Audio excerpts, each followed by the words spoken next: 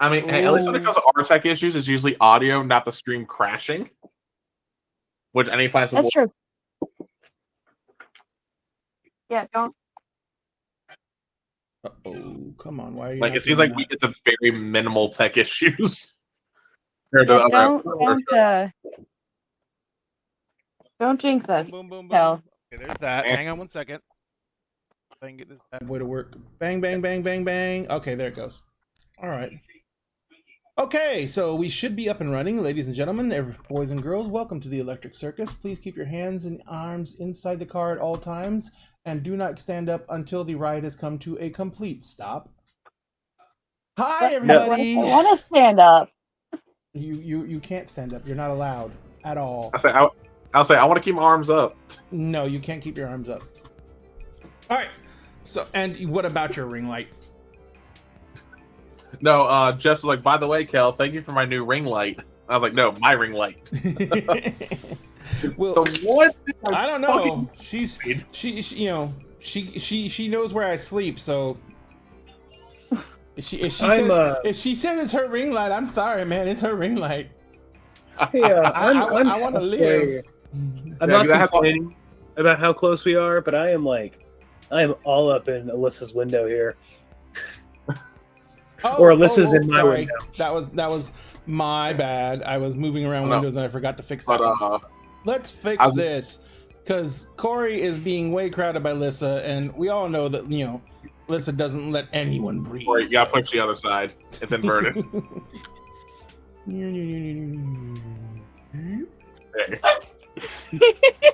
No, but I had a fucking ADHD moment when it came to when I was double checking all my stuff. I just love. Oh my gosh, the timing on me doing the to the side was perfect. Yep, I just love the way you described it, Kel, because you're just like. So I was getting everything in my car, and I looked right at it, and I said, I can't forget that. Then I grabbed my keys, walked out, and left. I didn't say I couldn't forget that.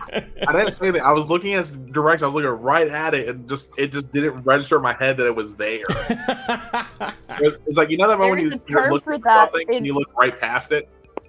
Hola, numbers. There is actually a term for that in regards to neurodivergency, and it's something blindness. I don't remember the first part.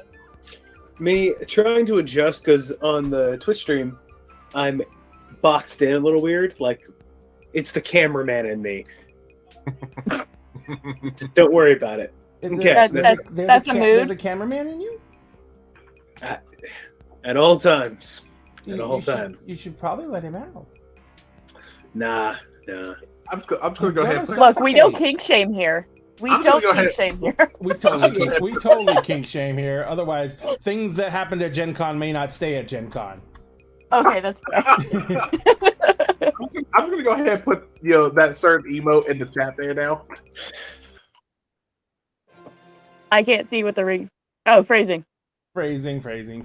Oh, I knew what I was saying. That was said that way on purpose.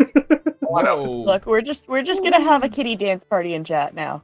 Oh God. Oh boy. The Rainbow Kitty. Rainbow Kitty dance, butt dancing. Ladies and gentlemen, welcome back to Dinner and a Game. The chaos is always here because, we're here and we bring it. How are you all doing? I hope everyone's doing great. It is Friday.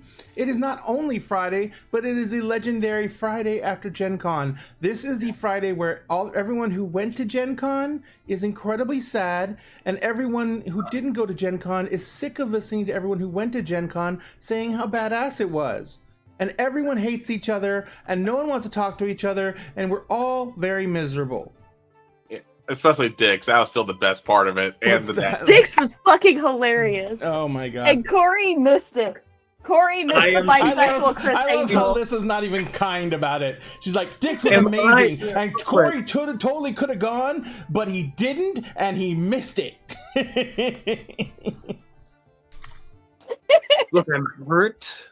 I'm offended. Mm-hmm. I love you. Fuck off. Sure you do. Fuck off. Jonathan didn't go, correct? Jonathan, you did not attend Gen Con? Okay. I figured not. Though. You've been busy. He's been busy. That's the reason I assume. The only ones from Corey Az that didn't go were you two, because Az was there, even though we didn't see them. Az was there, like, I don't even want to say Az was there. Az was there, but we have no idea where Az was. It's true. They somehow crossed to another dimension while they're past us. Az yeeted into the void. Yeah, I was gonna say I love Az to death, but there's no way anyone could get lost that often. Have you seen I have One family Piece? members that I could point to that say otherwise. Have you seen One Piece with Zoro? No, I didn't bother to watch One Piece.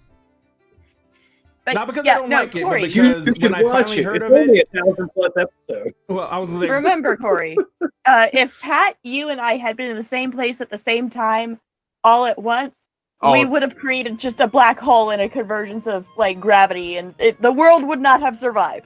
actually, Nope. we need to put a caveat on that, because if the world survived the group that went to Dick's Last Resort on Friday night, the world can survive anything. No. See, you don't understand. It's Well, just remember- the three of us because we're the same person at the same time The other somehow. thing too, though, was that Pat didn't get there towards the end. It's true. Yep. Pat did only get there towards the end. The great congruence was avoided just because he wasn't there the entire time. Yeah, they were working. No, it was definitely avoided because I'm a fucking idiot. No, you're not. No, you're not. That's how it was. You're not an idiot. You didn't. Okay, Corey, you're not the one who left the ring light in the B&B and then drove 4 hours before remembering where it was. Well, here's the thing, though. Someone found your ring light, so you have a decent chance of getting it back. Exactly. You can just show up with my menu. Jessica totally is not going to want to keep it because turning a bright light on in her eyes is nothing she would ever do. So she is just fucking with you on that. Fucking bright. I may send you my ring light and keep yours because yours has a remote. Actually, I think I have the remote. That's the Nope. funny part. Son of a bitch. That remote- You left Selfies, though. everything. That remote's only good for taking selfies, though. I know. Hey, Crip It Walker. is. Yeah. All right, so fuck. If only I could start videos. Let's say hi to our amazing cast of people and let you guys know that tonight it's Friday night, and Friday night means this Friday in particular means that we're going to be playing our Firefly TTRPG actual play called Crossing the Veil. Now, our amazing You know what I want to be on that? huh?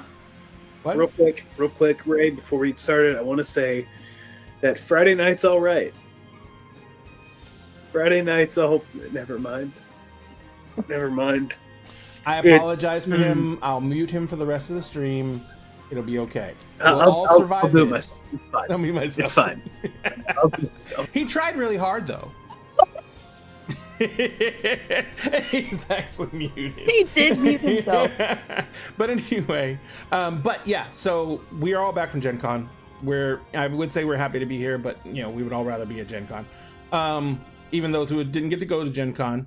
But remember that if you did go to Gen Con and you're in the audience and you haven't tested, please do. The number of cases just continues to grow as people who, you know, are literally messaging us in Discords and stuff like that to tell us that they tested positive.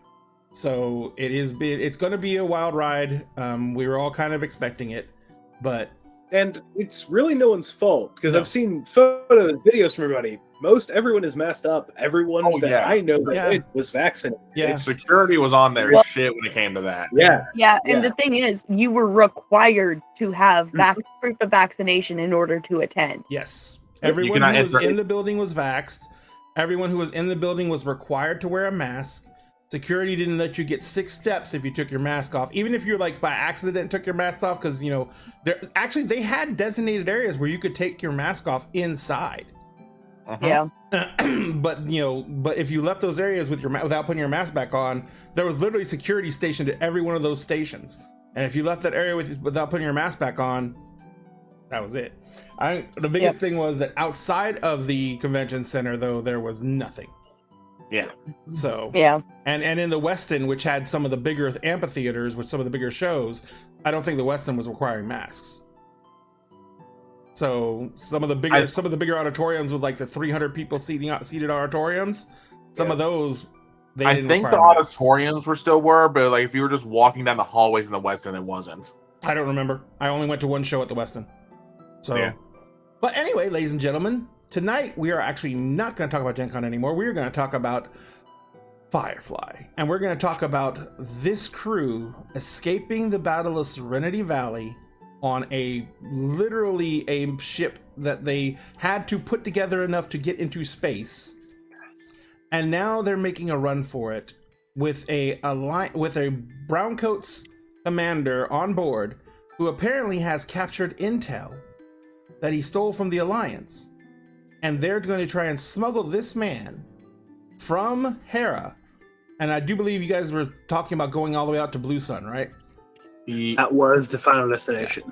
Right. So they're going to try and smuggle him from Hera, which is technically on the fringe, but not in the border planets, and take him all the way out to Blue Sun, which is a very long trip. They have they have enough fuel to get to the place where they're going, but they have no real fuel. They have no real supplies, and they're at the end. Huh? You got you got canned goods and stuff like that, but comparatively to how long it's gonna take you to get to Blue Sun, you're gonna be rationing the shit out of yourself. Well, that's why we're going to Nesca's place.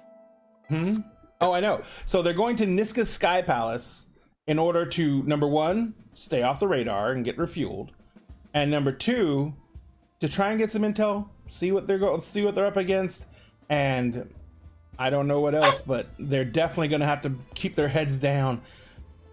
And that's actually where we left them off with everybody. Is they were in the ship. They had plotted the course for Niska's. They had slingshot around this one of the Georgia system. Yeah, we slingshot off Murphy Because you said that his station was orbiting Ezra. Yeah, so they slingshot off we Murphy. slingshotted and we slingshotted. So that we could get maximum. The second slingshot is after Niska's, because that's the one that's going to get you out to try and do Blue Sun. We, in order to avoid being tracked, we did slingshot off a minor slingshot, basically using it to just redirect ourselves. We used the gravity to redirect ourselves without having to pump out too much fuel and creating a trail for ourselves. Right. We did that. If I remember correctly, then we slingshotted to the sun. Oh shoot! If I remember correctly, you weren't headed directly to Niska's either. You were kind of like off Niska's with running basically with no engines for a while, so that you could refire later on and readjust your course. Yeah, the only system that was still on was environmental systems. That was it. Pretty much. You're doing your best, man. You guys are trying hard. I'll give you that. Hey, that roll is what got us. Yep. And for Jonathan, Lissa had 3 D8s, a D6, and a D10. Correct? Something like that. The goal was 14. Lissa rolled 3 8s. Yep. And the DC I think was like 18. No, it was 14. 14. Because she doubled it. Remember? That's right. She raised the stakes twice. Because she got had I already had a D10 Big Damn Hero dice, I would have gotten another one. Yep. Yeah, but you were able to dictate how the scene went because you beat it by 10. Yes. Yep. Yes, I did. So that was fun. So right now you're on the long ride to Niska's place. It's not that long. It's going to take you 2 weeks, right? About 2 weeks to get to Niska's. So I was going to ask, in this downtime period where you have 2 weeks, you're not necessarily going to want to try and do any communications unless you're going to use one of the satellite transceivers that you have from the Browncoat satellite No, the Browncoats was shit. The Alliance one is the one that was good, but that's going on Alliance channels. And have we left both of those behind at the house. Both the communicators? No, both of the Alliance communicators. Because I was the only one. You kept the Browncoat one though, right? The Browncoats we kept. The Alliance, I was the only one. That's right. Because No, I have an Alliance communicator. You have an Alliance communicator? Oh.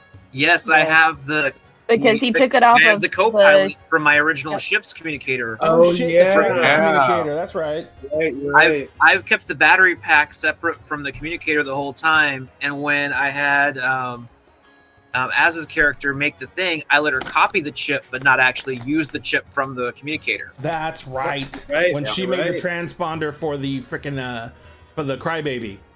Yep. Yep. I remember that now. Yep. Which we did send the crybaby down river. Yes. Yep. Just like Moses. No. What we name it? We ended up. I don't think we named it. We did. We definitely named it. All right. Well, speaking of naming things, let's name our people who are going to be going through the trauma this evening, and let's say who they're playing. So let's start out with Kel. Kel, how are you doing, Kel? Sorry. I was chewing on ice right when you started with me. No, I'm doing pretty good. Like I said, bit of the con depression decided to hit today. The big sads from the con no more? Oh, yeah. Well, I mean, that's the way it goes. We all have to deal with the big sads because we don't have our found family around us anymore. Yep. But tonight I am playing Mitchell Knight, also, or as he will be known once he gets his new ID, Stephen Bates. France, he was a rich kid from the Corps, became an Alliance soldier, turned browncoat spy. Rich kid tried to do good, and now he's kind of fucked. Well, that's usually what happens to anyone who tries to go against the man. Oh, hell yeah. Corey, how are you doing? I'm actually doing pretty okay. I'm not doing too wonderful. bad. Won't lie. Pretty shit work at week, but shit work at week. Yeah, yes, that's just a unification of where I'm at mentally. But I am playing Clayton McCoy, whose name we finally got in canon last episode when I introduced myself, because none of us had traded names yet. Yeah, 5 episodes and no one had exchanged names. No. Hey, we've been busy. I was just trying to stay alive. I was going to say, I have been up to my elbows in injured people for a solid 5 hours to 6 hours straight. The miracle is you have managed to not get injured, and you've probably been shot at the most. I have been. Yeah, I had 5 motherfuckers shooting at me, and No. He did get injured. Clayton did get injured. He got that sunburn. I did get napalm burn. Yes, you did get napalm burn. I think I was the first one wounded too with the whole faking. You were. Yes, you were. But playing Clayton McCoy, a former Alliance medic, frontline medic, should be surgeon, now looking to only hamper, hinder, and hurt the Alliance for the foreseeable future. In any way he can. Acting as the ship's medic for the time being. Jonathan, who are you playing tonight? I'm playing Atlas, who is supposed to be a pilot, but wasn't at the piloting episode. I believe... It's okay, I got you. Doing his job. I believe we used a plot point to basically say that she was co-piloting. That was how we went about it. I think we did something like that. Is that what happened? I was in the pilot seat? Yeah, pretty much. Yeah. You were in the pilot seat. We figured that it didn't matter because if the roll got messed up really bad, you're all gonna die anyway because it's a ship. So we were gonna burn some extra points to make sure that no one died. I think it turned out really, really good. It did. It was a good fine. Yeah. I think we offered a total of 4 plot points and only ended up actually using 2. Yeah, something like that. Yeah, it worked out. And how have you been, Jonathan? Are you cool? Is the move done? Is everything good? No shit.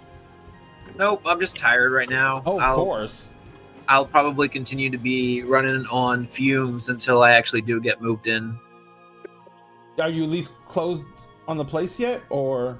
I mean, I know how bad that is. So if everything goes well, it's all supposed to come to a culmination right before the end of the month. That's not bad. That's no, I mean there's a foreseeable end point. It's just not like it's not immediate. Yeah, I'm still like a week and a half away probably from that happening. Oh, maybe closer to 2 weeks. I'm sorry. Yeah, like you see the light at the end of the tunnel, but it's still like a mile away. I mean, that's it's that's the way it always is. You can see the light, but you know, it's just nowhere near as close as you need it to be, right? Yeah. All right. So, and finally, Alyssa. Hey. How are you? I'm all right, considering my legs right now. Yeah, I was gonna say, how are your knees? You nailed both your knees when you fell, right? Yeah, and so what And your happened forearm? was Yeah, I I was saw avoiding that. getting hit by a car. So when I got up on the sidewalk, the area I was in, of course, in their absolute idiocy, decided that there had to be a telephone pole right where there was a street right there in the middle of the sidewalk. So when I got on the sidewalk, I smacked into the telephone pole and destabilized myself. And spun it. And yeah, pretty much. And you spun out and crashed and boinged. I'm glad you didn't get seriously hurt. You still spent the rest of the afternoon walking around Gen Con. Yeah, no, I got back to the convention center, immediately went to the first aid station, got cleaned up. They bandaged me up. I walked around for a little bit, and then proceeded to drive home for 10 hours with very injured knees. It was 10 hours again? Yeah. Yeah, I must say, from the south, like whether it's North Carolina or Georgia to Indiana, is about a 10 to 12 hour drive.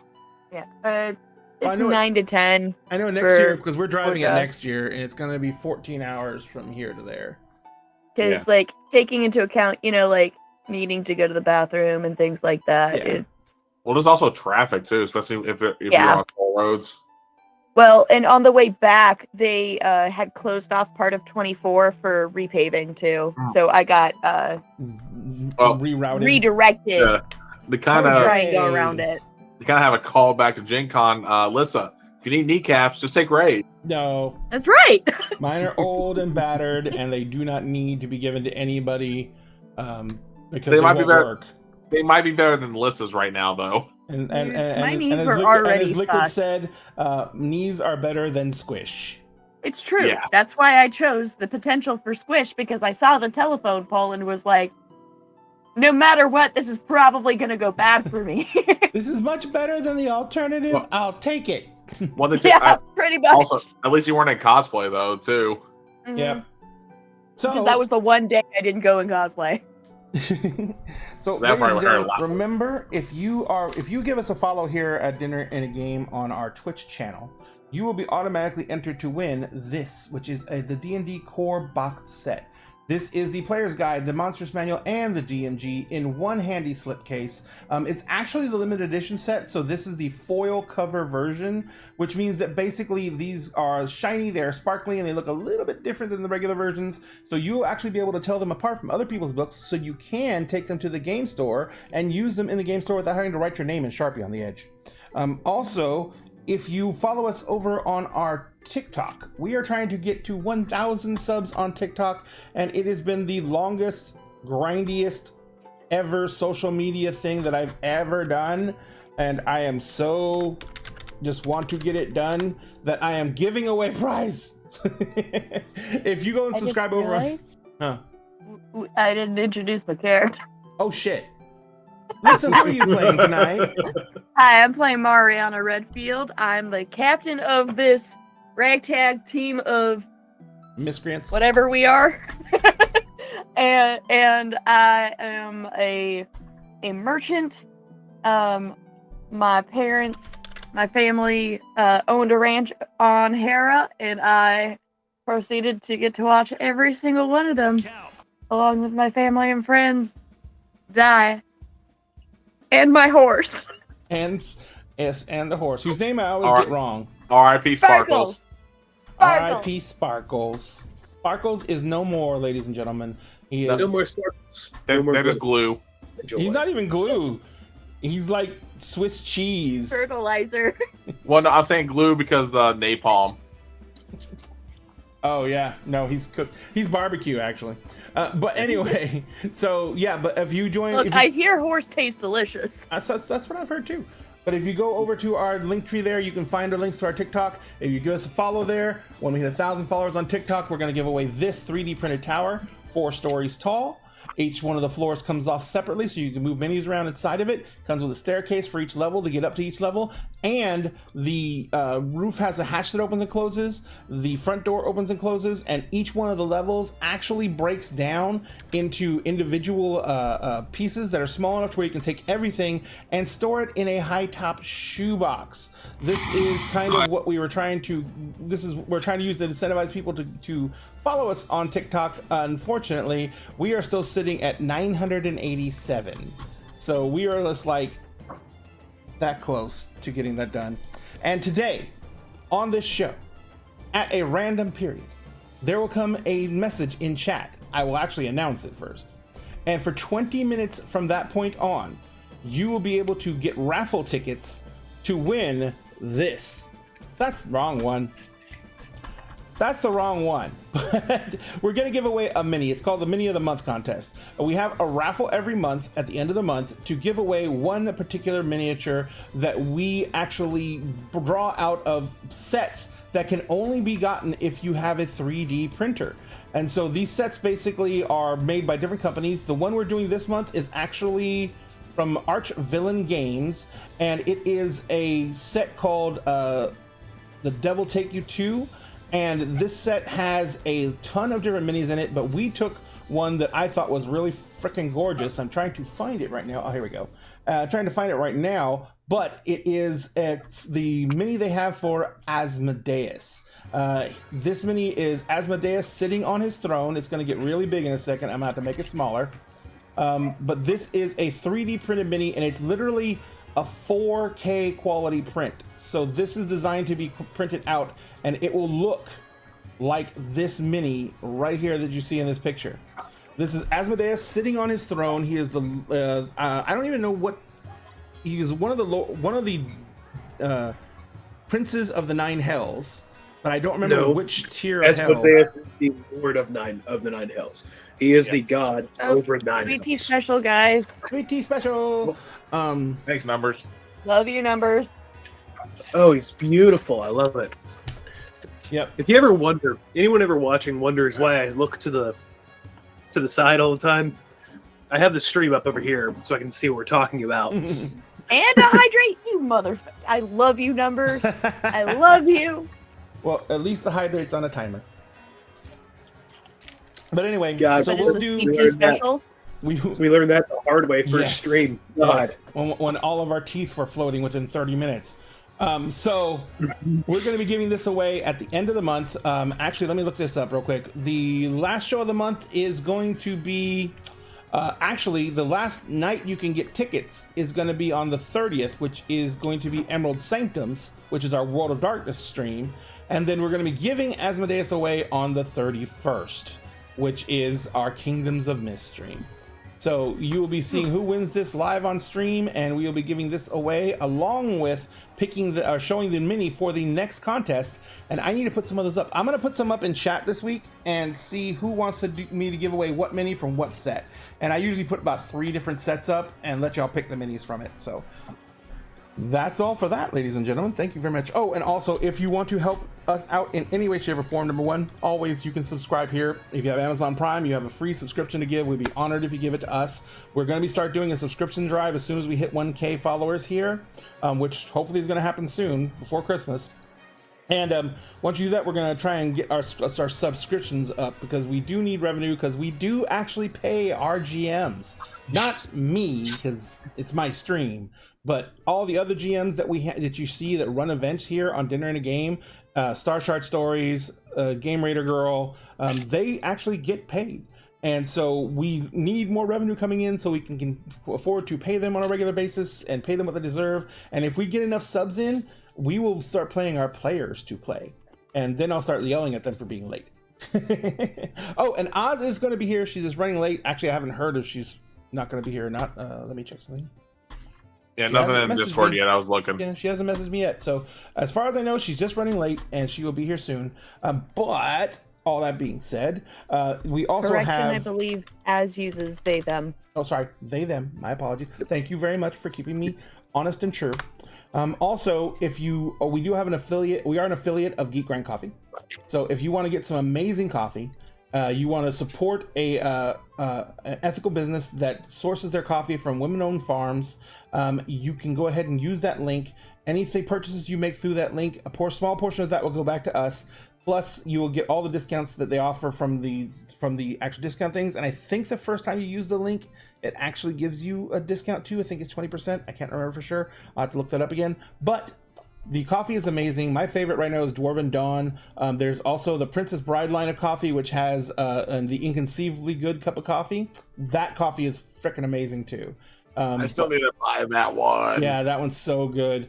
And Cauldron's Cup, which is one of their Pathfinder ones, is my wife's favorite. So, but it's all good. It's all delicious. It's all amazing. And like I said, a little bit of each one purchase goes to helping the show. So anything you can do. I need to get the Labyrinth tea. Which one? They have several. I know. The Goblin King is really good, All but of it's it. really strong. It's like Ray. it's a chocolate and something or other coffee. I can't remember what the other flavors are in it.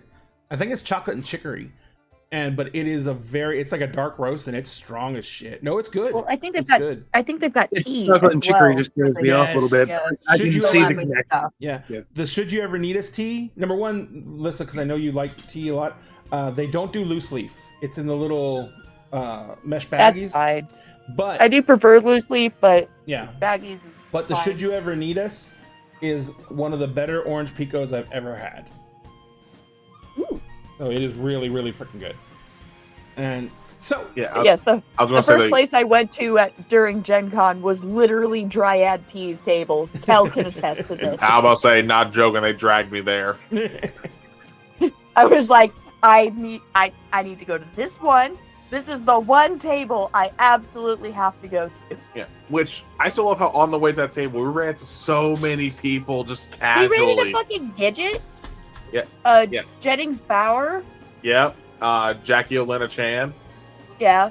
Jackie complimented my cosplay. Mm-hmm. alrighty. Well, let's go ahead and get started, shall we?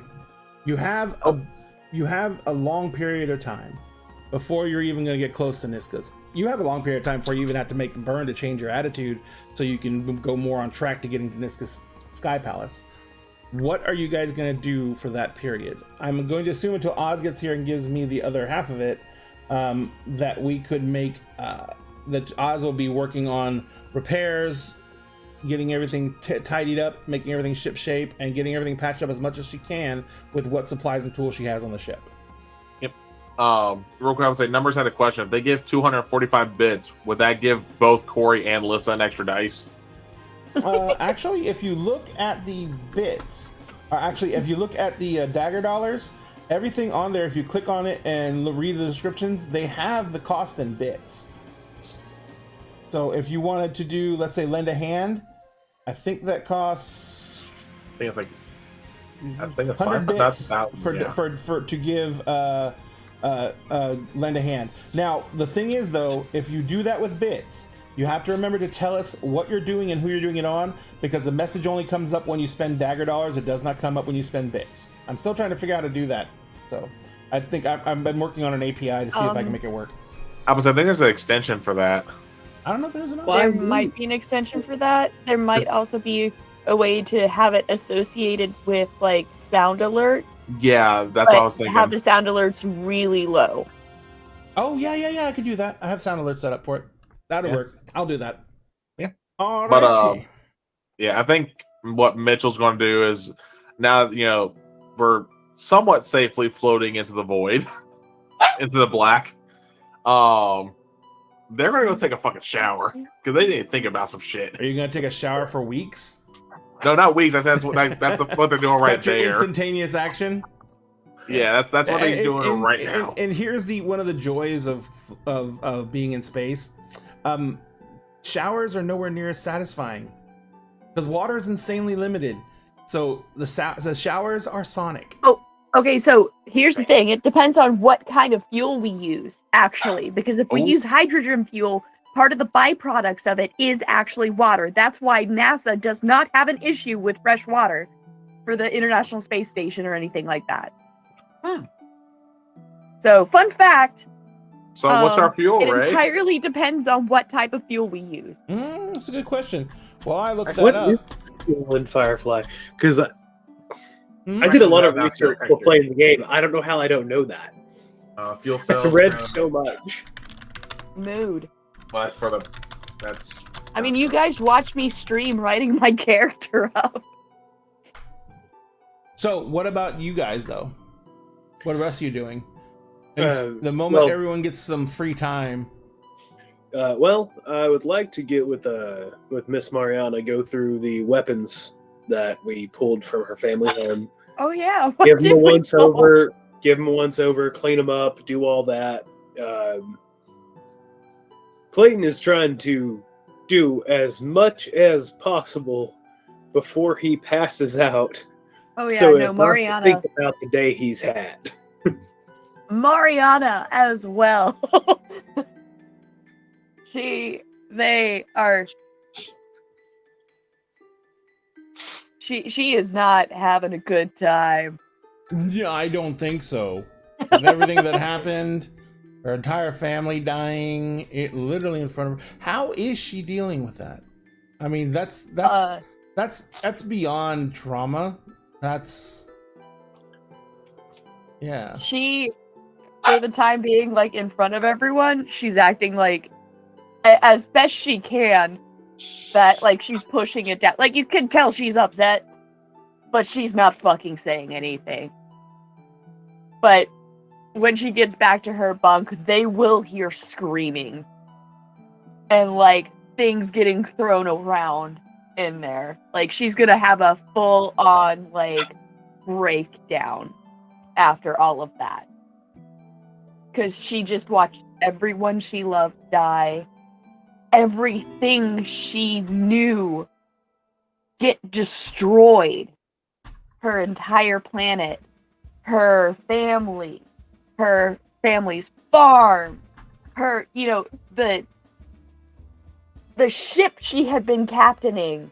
Yep. That farm years. is definitely burned down. Oh yeah, They no. definitely burned down. The, Oh, the yeah. farm is Oh, by the definitely. way, Hey, thank you, numbers.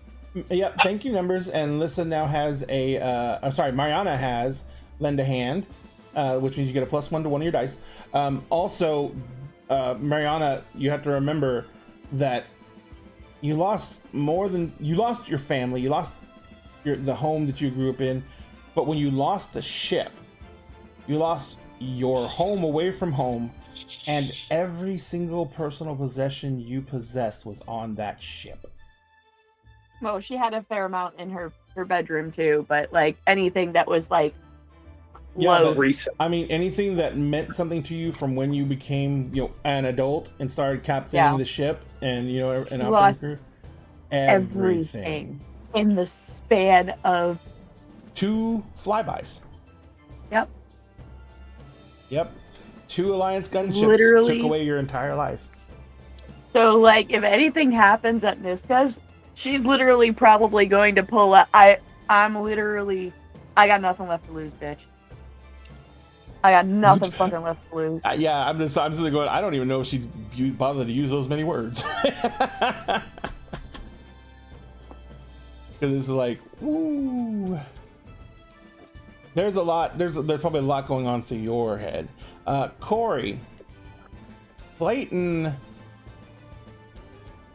in all of his service and everything like that, these are the time periods when Clayton has the most time to think. Whenever he's on a jump ship or when he's being transported to the next field of combat, how does Clayton deal with the downtimes? Well, normally he would restock his medical bags. He would go through and do all of that. He would check his weapons. He would make sure that everything was tip-top and ready to go, because all he's known in adulthood has been schooling and then the military. Mm-hmm. And even his schooling was paid for by the military, so he's only ever known structure. So with downtime like this, where there's nothing for him to do, he's probably going to revert back to things he did as a kid, which was help. Without going too much into it, because I'm still kind of fleshing this out a little bit, he helped at his family home. He cooked. He cleaned. It's always kind of just been a thing. He's a very busy work person. So anything that can get done on the ship, anything that needs to get done, extra hands needed for anything, he'll do. And, so you're basically kind of like just giving yourself over to Oz and getting assigned chores and duties. You're trying to keep the hands occupied so the mind's occupied for the most part. Yep. Right. Yeah, he's never known anything other than being occupied. And Corey, Clayton has lend a hand from Numbers as well, and thank you very much, Numbers, for the bits. And thank you guys. Numbers. If you guys want to know what Numbers is doing, if you run low on Dagger Dollars, which is our currency for the stream, which you get just for spending time with the stream and watching the show, you can switch over to using bits. Bits you do use actual money for. And what you do is there is a bits cost on every single one of the Dagger Dollar. Who did we just lose? Oh, Jonathan. We lost Jonathan. Yeah, we lost Jonathan. Yeah, there is a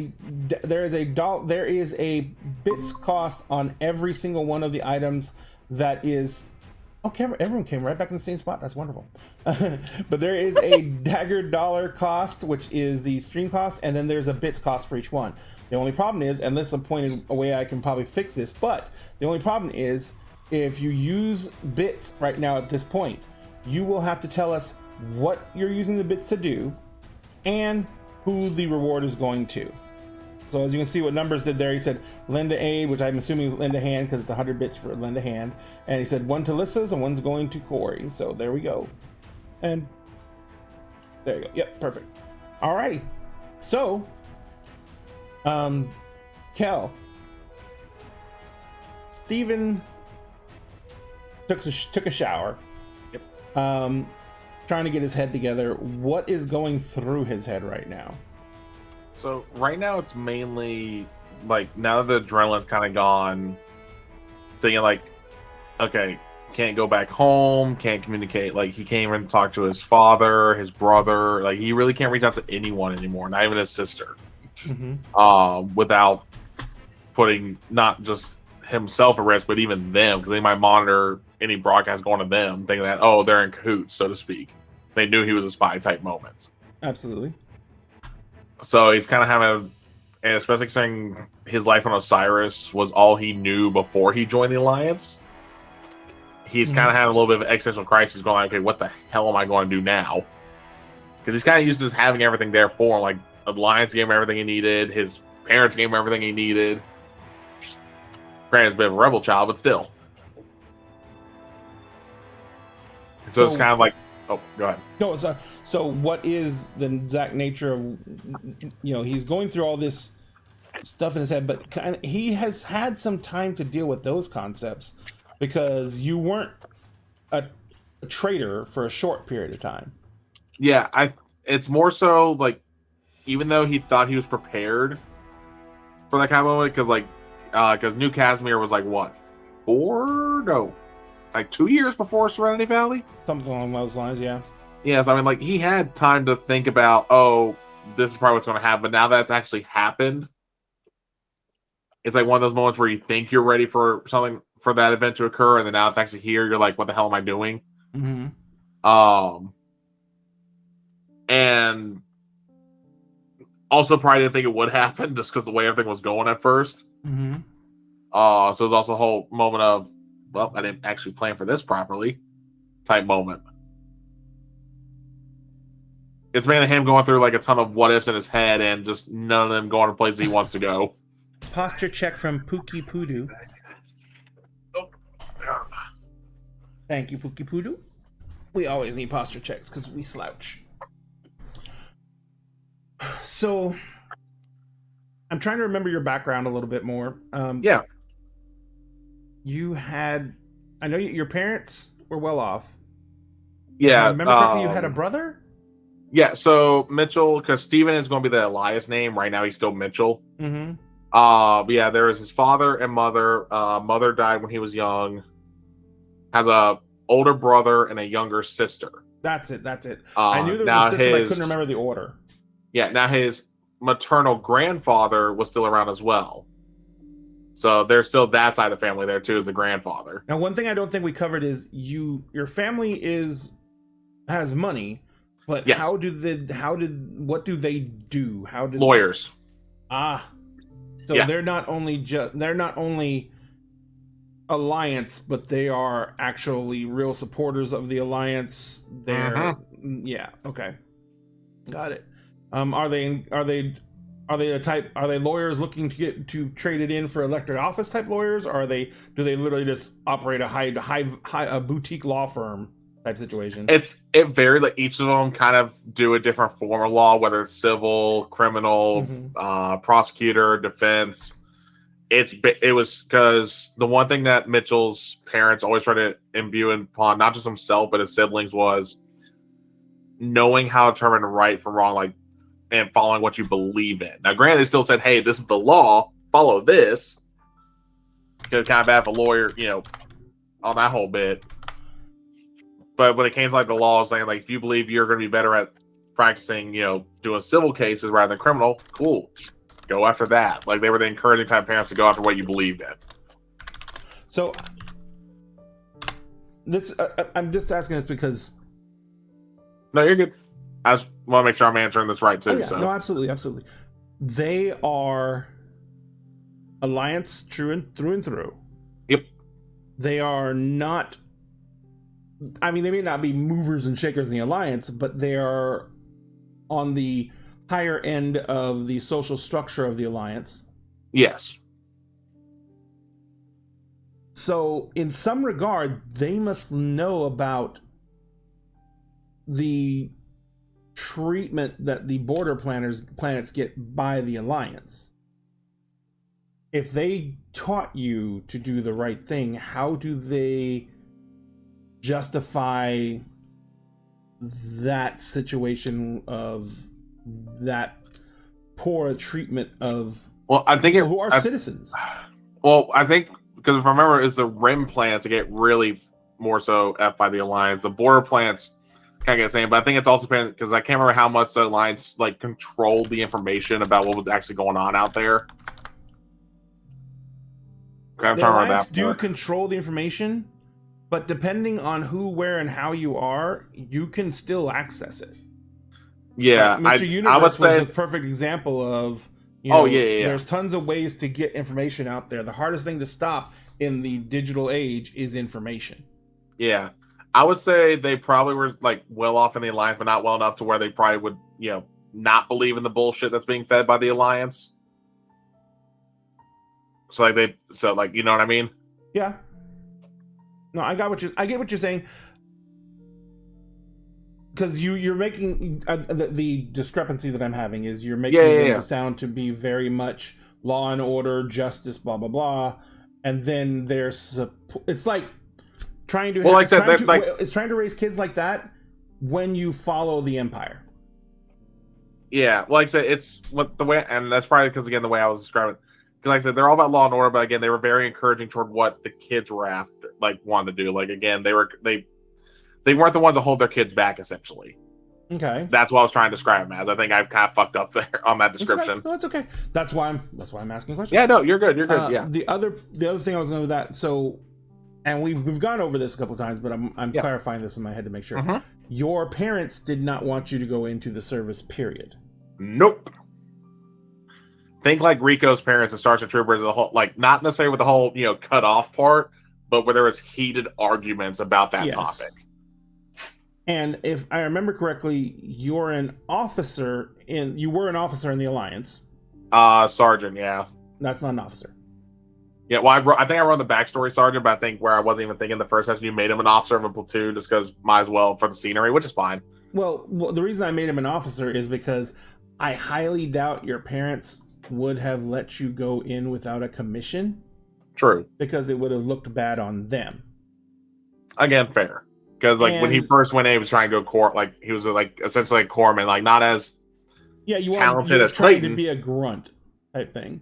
Yeah. Yeah. So the big thing about that is your parents probably wouldn't have let that happen.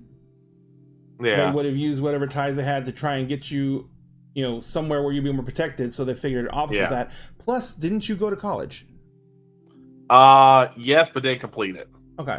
Because the parents were trying to make him become a lawyer, and he was like, you know what? If I feel more right doing this, and then going back.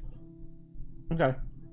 All right. So you basically went through this process, and you went into the core. You got OCS due to your parents' influences. Yep. And then you pretty much tried your best to get away from actual, desk job, officer jobs, and that's how you got into the medical program. That's how you kind of went through that, and that's how you got stuck on planet.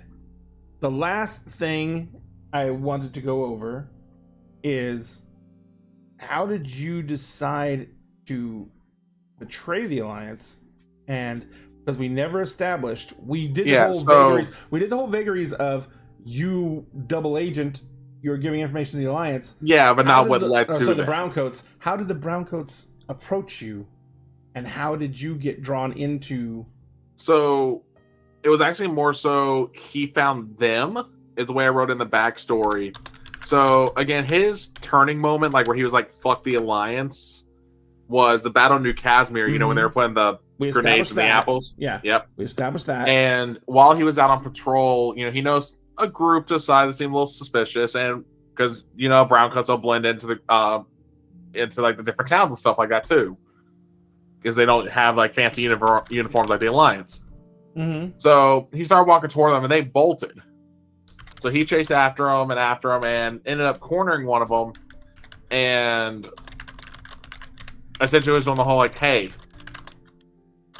I'm not here to arrest you. I'm not here to shoot you," and like even like put like brought his gun down to the side, like while I was on sling. Mm-hmm. And essentially, with let me pull. What was the exact thing he said? Let me pull his backstory back up. This is why I keep this stuff on Google Drive. Yeah, essentially saying that, hey, when you pass, take a message to your leadership, whether it's like their colonel, their general, whatever. Saying that essentially, like, I'll give you guys info so we can, try to avoid them, like nothing like too crazy, but enough to minimize casualties. I got you. All right. And the way he proved it was, his radio chimed in, going like, "Hey, where are you?" And he just went like, "Oh, just chase some kids. Nothing, no problem here. Heading back soon." And the guy was like, "Cool, I'll take your message." All right, got it. Jonathan. Yes, sir. Other than keeping an eye out on the commander, who is stabilized, by the way, and he was really fucking injured. No matter how good a job Clayton did on patching him back together, he was really fucked up. Right. But Clayton didn't have to work that hard because I did an amazing job with mud. You did an amazing job with mud and twigs and your own spit. It was incredible. You literally did field surgery. I'm just saying, Mariana probably had a tampon in her bag. But I didn't need it because I had mud sticks and twigs. Yeah, he just shoved moss in its place. It was great. Don't forget. And apparently the moss had holistic value because it helped heal him. I was like, don't forget. I had to clean the shit out of that fucking wound for an hour. Well, but you know what? No matter how much you got to clean out, you're probably sitting there going like, "How did this keep this guy alive?" That was definitely dying from sepsis. You know what you should be doing right now? You should take all the stuff I put into him, and you should put it in cultures to the side so you can figure out how that's medicine.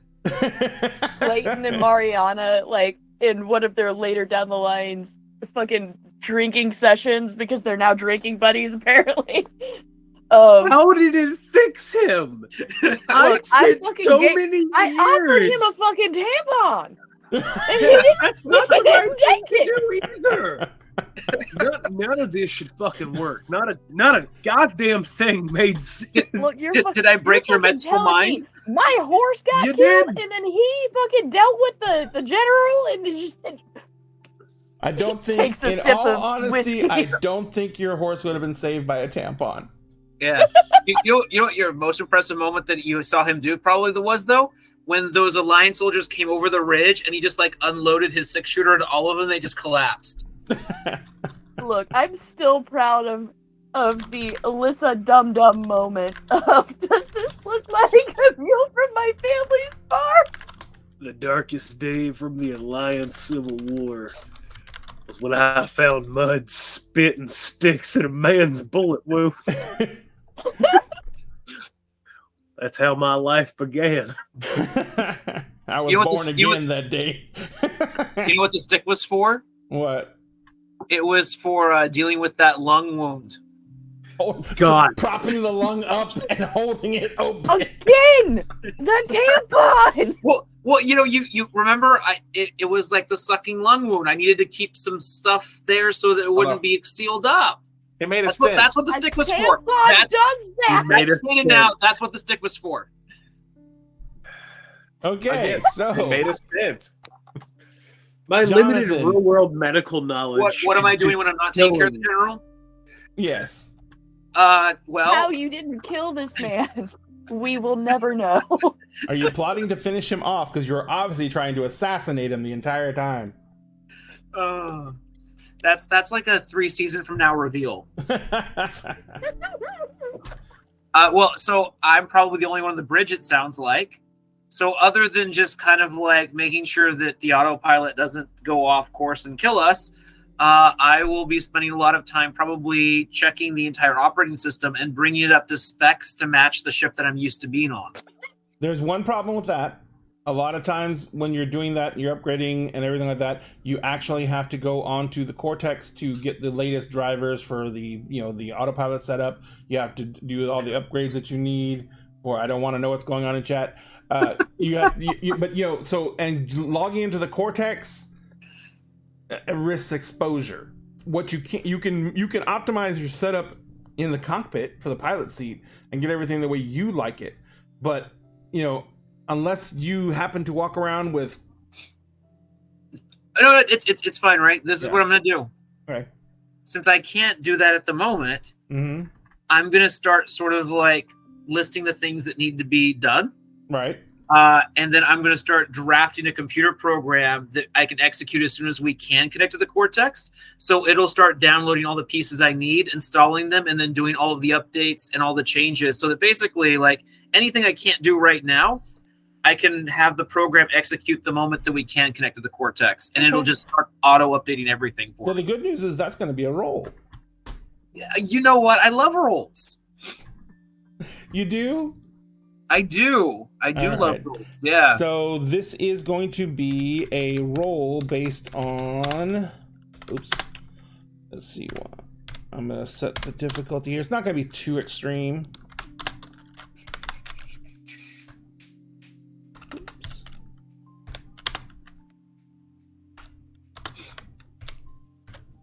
There we go. I didn't get any ones.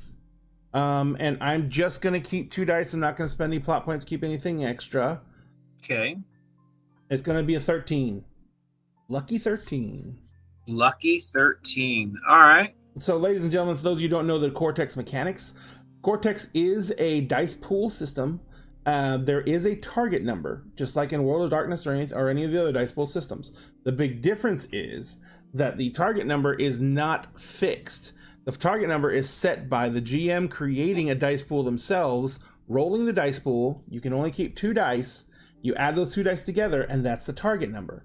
Now, there is ways to do things like keep extra dice, add other dice to the dice pool, etc., etc. I'm going to actually let Jonathan explain how he just made his dice pool, and holy crap, you got a 12 and a D12. Yeah, well, yes, but that number that you And see there at the just bottom give is one actually to the number I hand. have because I write the code on there, so it actually kept the numbers it's supposed to keep. So I have my dice pool. I have my D8 for mental. Mm-hmm. I have my D8 for my distinction, and I could either go with steady or big plans. So I really don't care which one we go with. I have a D12 because I'm using one of my abilities that lets me roll my focus in here and keep it. And I have a D10, which is my operate, which is my computer programming skill, basically. And you can add 1 to that because Jessica just gave you a lend a hand, which lets you add +1 to one of the dice. Oh, well, then I will go ahead and add it to the 12 because I just think it's really impressive to get a 13 on a dice. So I have a 25, which Mhm. means that I beat it by 3 raises. Jesus Christ. Fuck. What does Damn 15 straight. do for us? I don't fucking know. Well, I think everything I want in this program is in there, like Pretty much. literally everything. Pretty And much. we'll cycle So back it's- to this a lot later when I'm like, Oh, yeah. you remember that programming that I put in the operating system? Yep. This was Yep. a part of it. Yep. Because Yep. this is really Oh, like my you're- big plans Yep. moments. This Yep. this ship definitely runs better than most Alliance ships now, as far as a programming standard goes. You somehow stole what they're using on like international battleships. No, because they're Or basically using interplanetary Windows. battleships. No, they're using Windows. I basically installed Linux on this thing. Oh God. Why would you do that? I'm just- You install Linux to keep an emulator for both Windows and Apple, so you have That access will to just never fucking everything. work right. No, but come on, I'm doing better than the Alliance probably at this point. Yeah, that roll Yeah. is fucking insane. So that's how Jonathan basically rolled that dice pool, and then he keeps 2 of the dice. 3 because of the special ability, but normally 2. Normally it's 2, but he has 3 because of a special ability.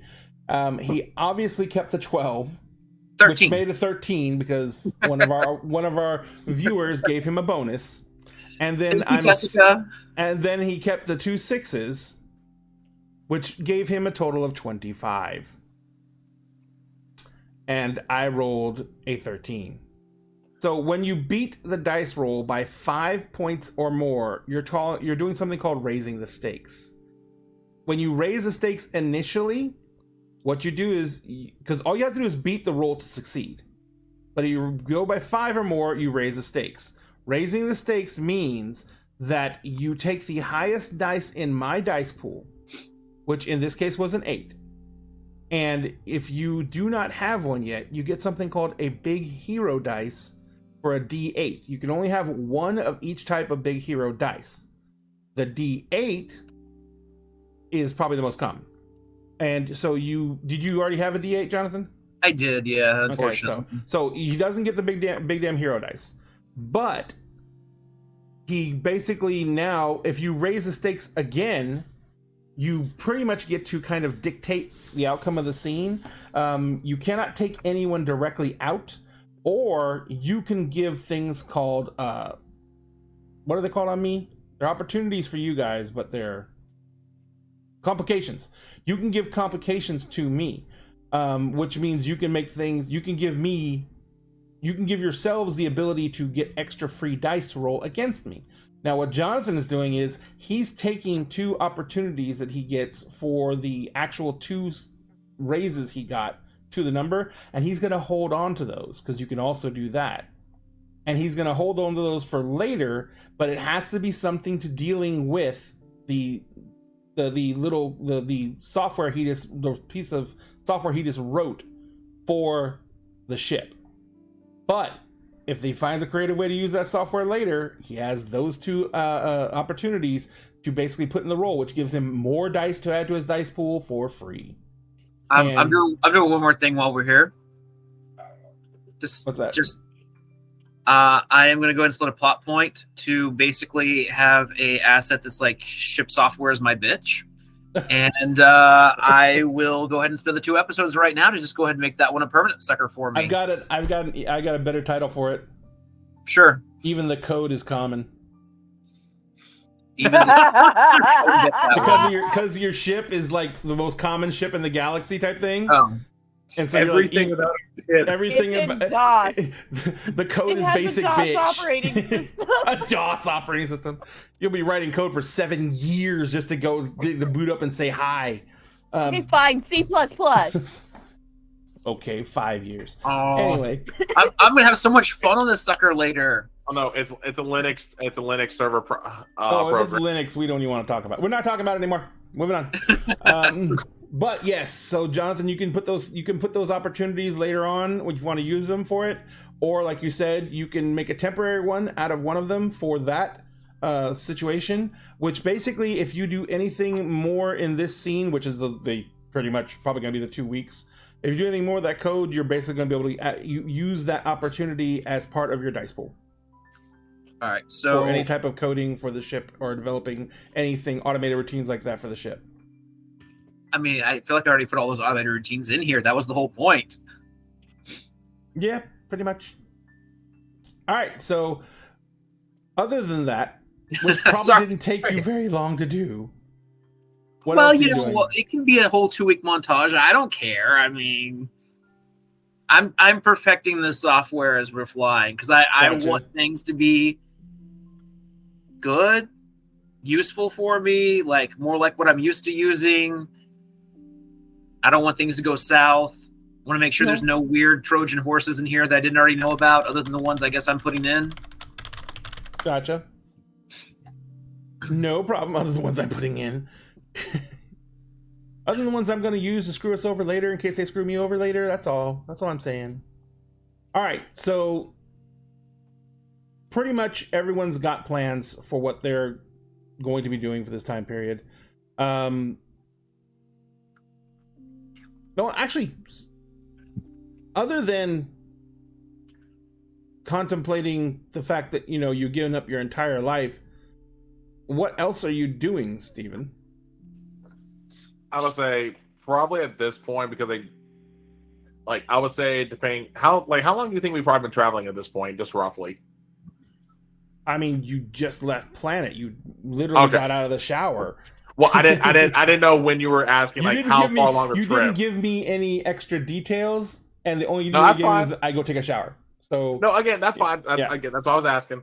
I mean, after again, like the whole contemplating bit, probably just starting to familiarize themselves with the ship, because at some point they probably realize, like, you know what, I'm probably gonna be stuck in this ship because if I go anywhere else, I might get caught, and it's easier to hide out on this. Well, regardless, you have time here. We still have to make it to Blue Sun, so you've got time. Yeah. Familiarizing yourself with the ship's probably a good idea. Yeah, that's what I was saying. Like, that's why I was thinking they'll probably do that and just kind of learn where some of the nooks and crannies are. Maybe find a room to claim as their own, depending on if everyone else already put their stuff in a room. Well, I mean, that's pretty much done the first couple of days. Yeah, I mean, it's kind of weird. Other than helping out with Oz, because the ship has very little to offer right now. You know, it's not homey. It's just got what it's got on. There's not that much cargo. You can help go through the supplies, organize the kitchen, catalog what you have. Basically, that's something you can do. Were you going to say something, Clayton? I was going to say Clayton has definitely spent some time making some makeshift workout equipment, because he doesn't have a 10 in physical for no reason. Gotcha. Yeah. So I figure if that's something that others would like to participate in, he's definitely figured out a way to take random objects that they brought on the ship and make a full There's plenty bench of, I mean, set. With all the canned goods and everything like that, you can definitely make some like makeshift barbells, you know, just like a bag full of cans. Yeah. Just so there'd be curling a bag full of cans. And well, there's also probably in like railings, like overhead railings and pipes you can probably do pull-ups on. Yep. Every time anyone wakes up, he is just 20 feet off the ground doing pull-ups.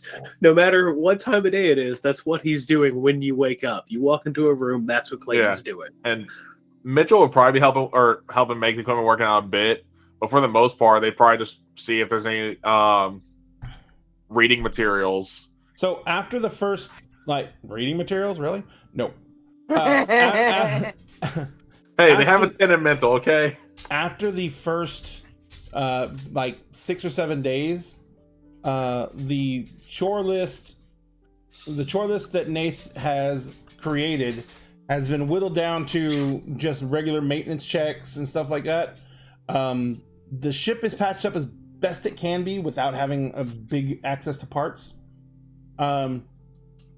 You guys are probably still about 3 or 4 days out from Niscus. This is the point where you're going to have to make the plot adjustment to the course to actually put you in line to actually get to Niscus without revealing yourself too much. So basically the way you thought it out was you wanted to do the smallest burn possible to adjust yourself to get you generally in the direction of Niska's, and then when you got close to the Niska's, you can make a heavier course correction to make sure that you actually were going to Niska's. So you're trying to minimize your footprint as you're going through all this. So, and I'm not gonna make anyone roll for this because this is literally just like turning a corner. So you guys get to the point where you make your next burn.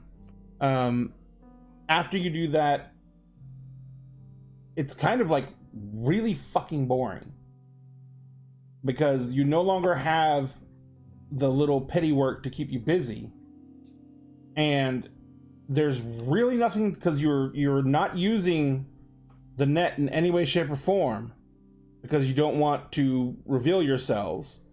So, I mean, it's just like people are spending a long time sleeping. Clayton does have, as I have established, effectively a multi-terabyte hard drive full of music and movies. Gotcha. Yes. So consistent. So he is, and he is obsessed with early 20th century music, and late 20th, early 21st century music. Mm-hmm. And he has been teaching people how to both wobble and nay. Oh my god. Oh my god. And on slower days, he has been introducing them to the beauty that is I Don't Know How, But You Found Me, a pretty fantastic band. He has been introducing them to that. So I need to know. Mariana has definitely combined some of those sleeping pills with the alcohol. I was gonna say, I want to know how long he gets away with this before people start contemplating how to get him into an airlock. Mariana's not like dealing with it right now. She is just in full-on mental breakdown at the moment. I was gonna say Mitchell is probably just being like, nope, and just again trying to find something like highly doubt it, but I think there's no like baseballs or something like that just toss around against the hall. Figured. I mean, unless you were carrying one on you for some reason. Nope.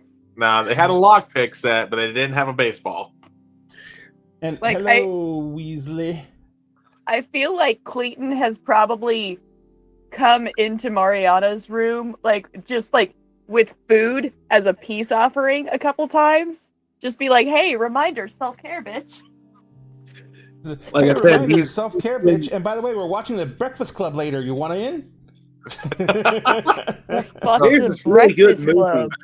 There's this really good movie where this young indigenous person from the Earth that was fights an alien. It's fucking dope. We're gonna watch this tonight, okay? Called Independence Day. No. Wrong one. Oh, Prey? Wrong one. Prey, yeah. Prey. Oh god, Prey was He is so most definitely obsessed with like 80s to 90s action films. I'm saying it's just he definitely is. Gotcha. Prey was so fucking good. Yep. But so no, I'm sure he has successfully dragged Mariana out a couple of times. However, she is so out of it between the sleeping pills, the alcohol, and the mental breakdown. See, she is not participating in any dancing. I would say at some point, depending on how well the locks are on these doors that probably haven't worked in forever, that Mitchell probably attempted to lock, and then Clayton just kind of pulls like a Lana and Archer, just rips it open. Jonathan. No. Yeah. Other than coding, because you can't sit there and code for 2 weeks, 24 hours a day, what does Atlas do? Like, Clayton, are you actually like doing things like do you project the movies up on the wall in the gallery? Oh yeah, I've been scouring this ship for stuff to entertain myself. Now, mind you, he is only doing this when everybody's like awake and moving around. Right. At night, you do hear more solemn music playing, and whatever's going on is going on. So, Jonathan, what is Atlas doing? Is he actually, like, when Clayton puts up a movie night, does you actually go down and sit down and watch, or are you actually participating with the crew? If he gets invited, he'd probably go, but he's got a couple of books in his go bag, so he's probably just reading and up on the bridge, unless somebody's invited him to go somewhere else, other than the times he's gone down to medical to check on the general. Yep. Well, by the time the first week is up, the general is mostly conscious. Clayton, when you go to check on him, he's wide awake. He's responsive. He can talk and everything like that. He is very grateful to all of you. He is doing his best to try and physically recover as much as possible. You Clayton, when you kind of were patching up, you could see that he wasn't just a standoffish officer. He had scars from gunshot wounds, from solid projectiles. He had, his body has seen action. So he's obviously someone who was very active and not a armchair type armchair type leader. And he spends a lot of his time with a little red journal that you'd found inside of his vest. The journal is written in cipher. And he is constantly writing in the journal. And he has... You guys stashed that device, right, Jonathan? Yeah, I have the communicator device, yeah. So he occasionally asks you to bring it to him. He doesn't want to know where you stashed it. But he occasionally asks it to bring it for you to bring it to him whenever you can without being noticed. And he will actually, put in a set of like little headset in his ear, and you can see that he is listening to something on the device, and then he's writing down more in the notebook in cipher. Without like getting too invasive, can I tell if he's actually like receiving frequencies, or if this is just something that was literally just on the device itself? What type of roll with that? Because you're gonna have to try and construe what he's doing. He's not watching anything on a view screen. Now, you think I'm seeing him. You're pretty sure he's listening to something on the device. Right. I'm just trying to figure out if it's like a pre-recorded thing, or if he's trying to listen to like, actual communications that could be coming. If you go up to the pilot to command, you can basically make sure that there is no outgoing transmissions. Well, he's not transmitting though. Or, yeah, you wouldn't be able to tell if he was listening to anything. I'm trying to think. Go ahead. I don't give me a mental plus. There's a security notice. And then I don't know if you have any distinctions. Let me give you a target number.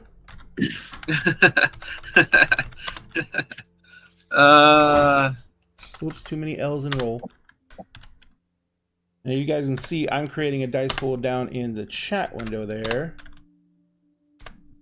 I'm just going to keep it pretty simple because he's not really trying to hide anything.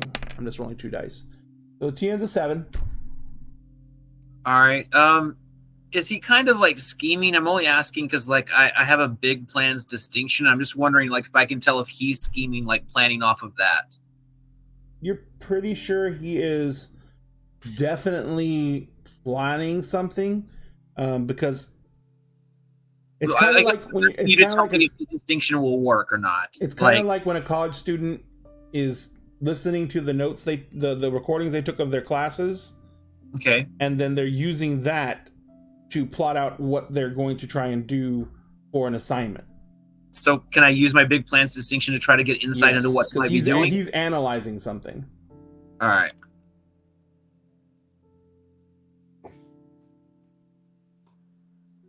I got a 10. Not a problem. So basically, he seems to be doing his best to somewhat. He's not transcribing because he's not taking notes fast enough to be transcribing.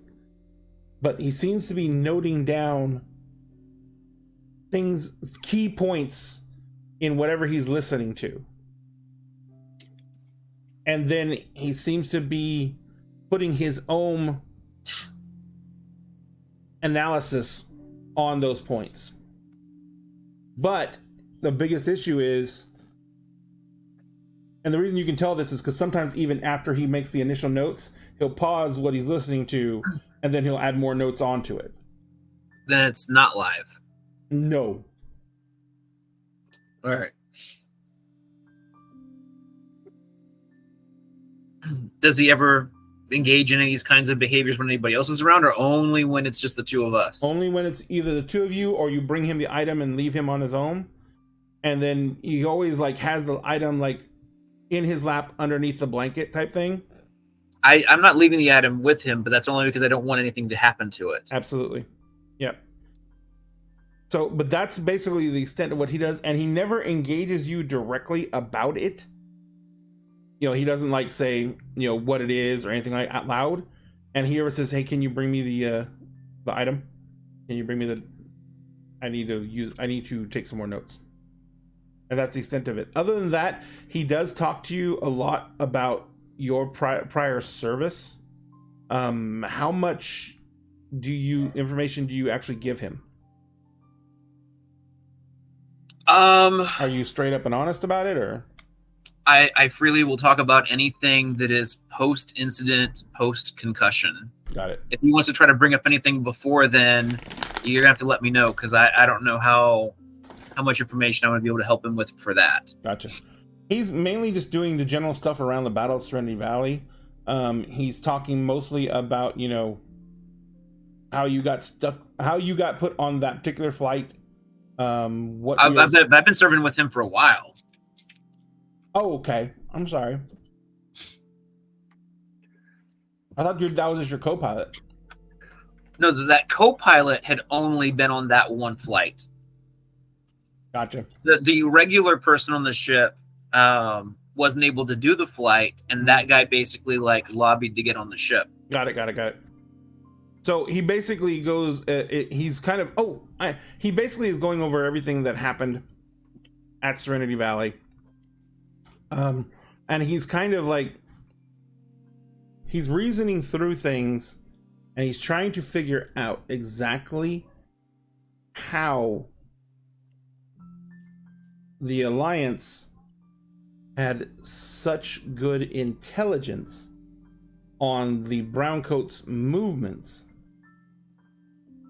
because every time the Browncoats tried to do a counter, or they tried to do anything to try and outflank the Alliance lines, every time the rebels sent anyone out, there was always a counter push that seemed to be almost insightfully placed in order to thwart those attempts. So the Browncoats were stuck, with only getting the barest amount of supplies in, and usually that was done via airdrops far up into the mountains to where the Alliance could not get to them with ground support to stop the Browncoats from picking up the supplies. But with that method of supply drops, they couldn't get very much in to support their efforts. So the Independents were always running low on ammunition. They got a lot of support from the locals, so food wasn't a horrible situation, but they're always running low on ammunition. They're always running low, they had very little gear. Stuff was breaking all the time, and they had no way to replace it. And it was just like a long stagnation of attrition. And then at the point that the Alliance massed forces and started pushing into the valley itself, was when the Independents were at their lowest on morale. And the thing that hurt them the most was they had a massive surge of desertions. And so they literally were down to men who were desperate, terrified, and they broke almost en masse. The troops who were on the front lines that you guys saw fighting, those were the steadfast loyalists. There was really not even that much for reserves. I'm gonna ask the general. Did you grab the backup records like I recommended from the cockpit? He says I got the flight logs. I got all the data off of the systems. I burned the systems so that they can't recover anything out of the logs that are left. He said I did everything I could to make sure that we had every scrap of information that would have pointed to me or any gestures to the device. He says, or anything. Where's that backup file?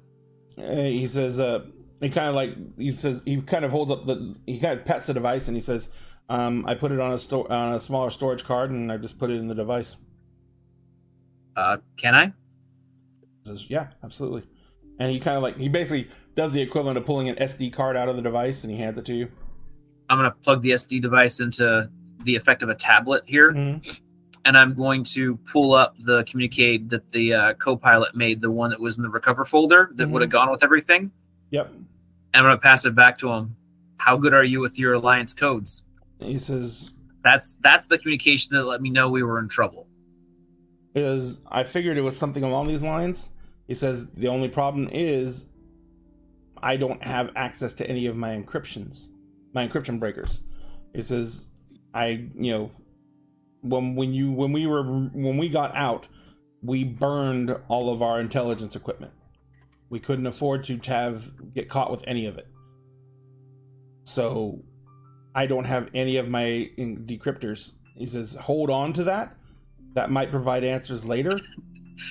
He says, Ray, I had to do decryptions. Let's see how well I can decrypt off the top of my head. Let's see if I can have a Turing moment. You're going to actually try and do a manual decryption of something that's like probably a dexahesimal fucking encryption code? I don't care anymore. Okay. I'm gonna roll your 25 dice. Keep 10 of them. I'm gonna roll all my d12s. Which skill do you want me to use for decrypting in my head? Do you have a savant skill? Do I have a savant skill? Yes. No, because there's not really a savant skill. I know. I don't know. What do you think would be appropriate? I could see you maybe going either with like focus or operate, maybe notice if you're trying to like notice a pattern. I don't know which way you want to go or which way you want me to try to convince you to go. So number 1, you have an opportunity. Okay. Number 2, I'm spending an extra plot point. Okay. Number 3, the grand total for this is a 23. Wow. All right. So, focus could definitely be used, but it's going to be mental, of course. Right. But I do need some kind of significant, like, something that's going to lead into a strong ability for analytics. What about no? You would have to have the specific know of, cartography or something similar. Or cryptography, sorry, not cartography. You know what? Let's not have a savant moment off the top of my head. Okay. I think I'm going to use my 2 opportunities with the ship computer. I probably put some low level. I mean, I restored everything I remembered from the ship. Okay. So let's see how good my decryption software is that I wrote. Okay. What are the opportunities you're gonna throw on there? First off, you can have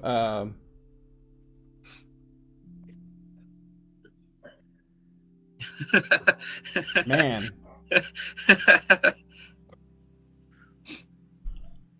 I don't know. I'm trying to think of something. I mean, these opportunities are going away after the scene anyways, right? Yeah. So let's just go with like efficient processing and high-level analytics. Sure. Go for it. All right. All right, so that's that.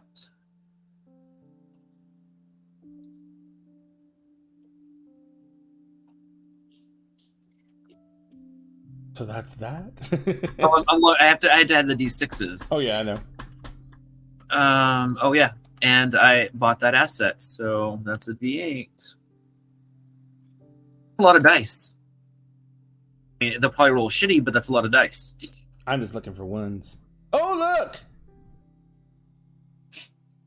Yeah, well, you got a couple ones you can buy. I will buy them. But I still got a good number there. That is a good number. So that's 19. If we keep the 5, it's gonna be a 24. Oh, no, the number is the 24.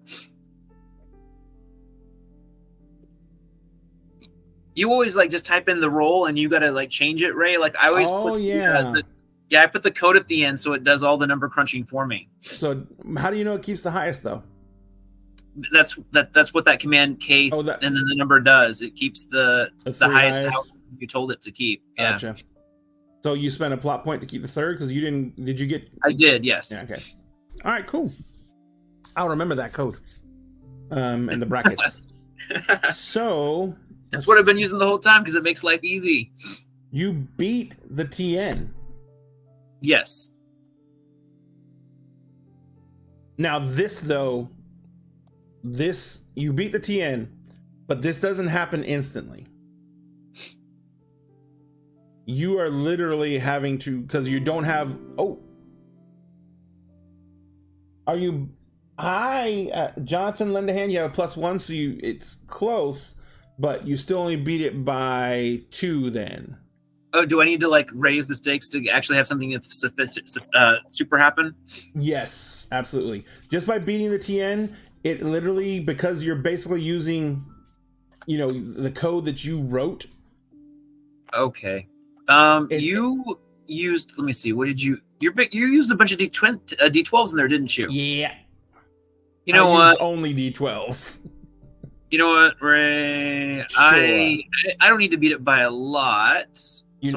Thanks to Slytherin, you have only got to beat it by 3 points.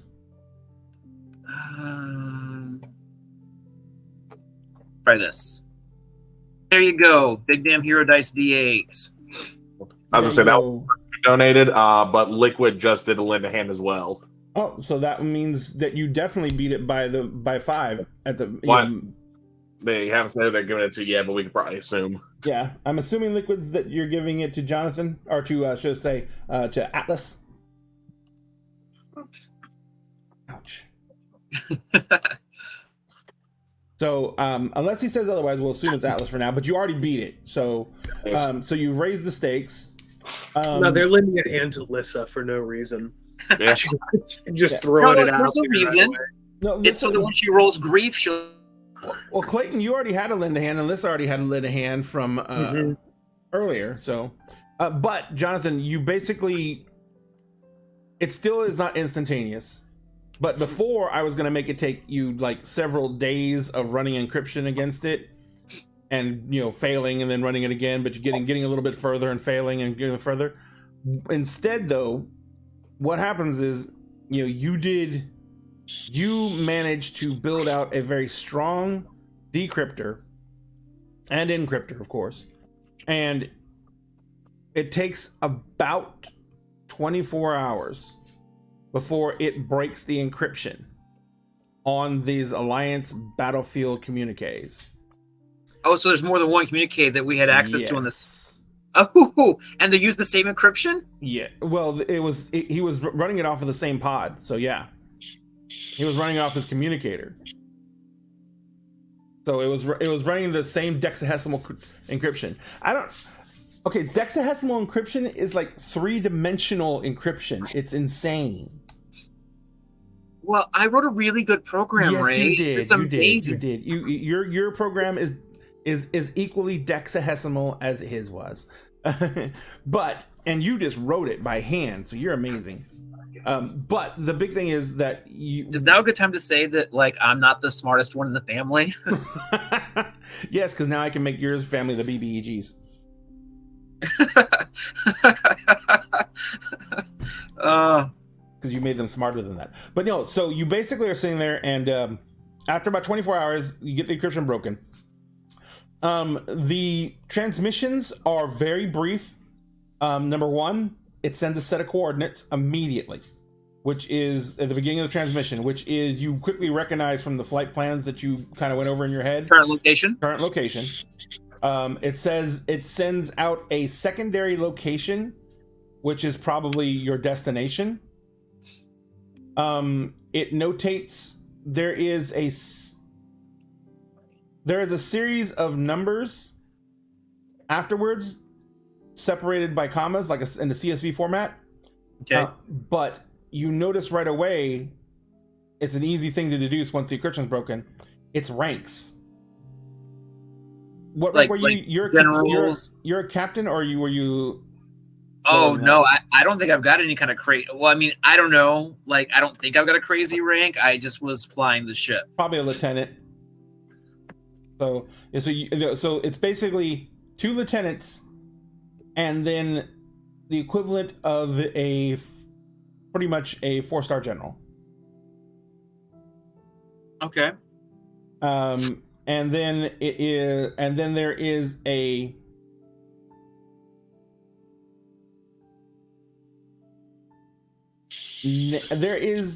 word alongside with it, and the word doesn't make any sense. A word that is it in a specific part of the comma sections, or is it? No, it's completely separate. It's after all that. Okay, like the word doesn't make sense itself, or the word doesn't make sense in the context. It doesn't make sense in the context because everything else is like is basically numeric characters. The word is very recognizable. But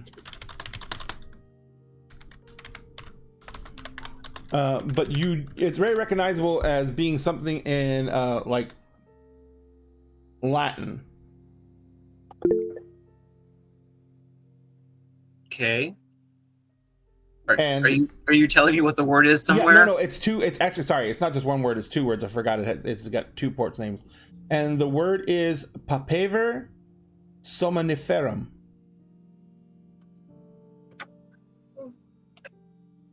Do I know what that means? Do you speak Latin?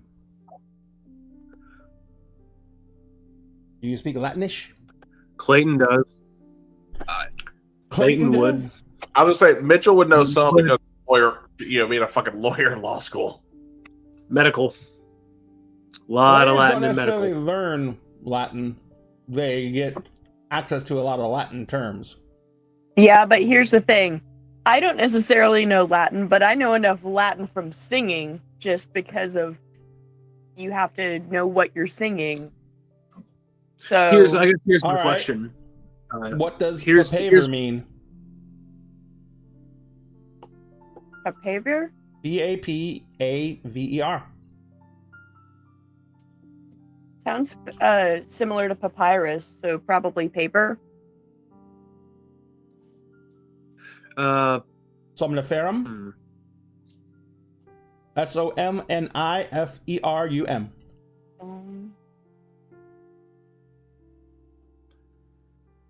It's a plant, isn't it?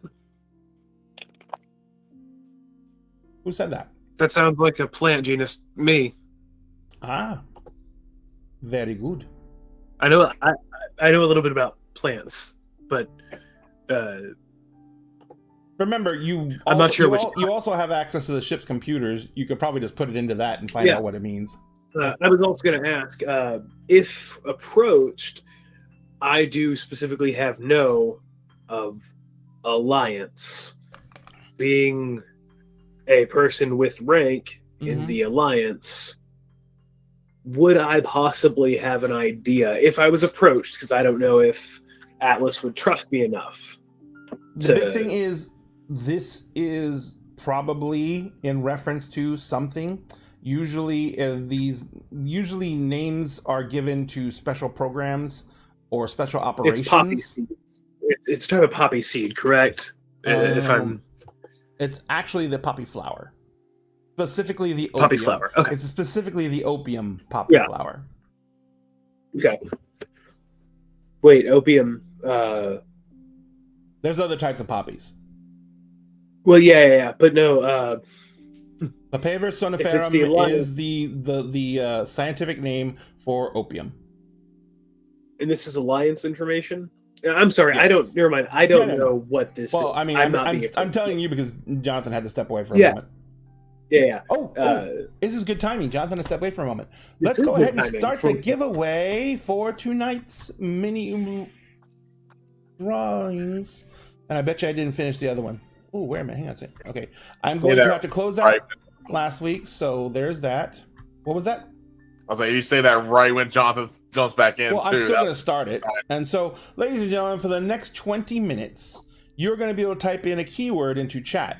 If you follow us, you get 1 raffle ticket. If you subscribe, you get 2 raffle tickets. Those raffle tickets will give you eligibility to win this mini, which was Asmodeus, the Prince of the Nine Hells.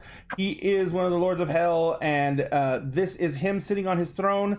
This thing is literally 160 millimeters across the base. That's over 6 inches wide. The Lord of Lies and Deception. Yeah, the the Lord King of Lies and Deception. Yep. Right.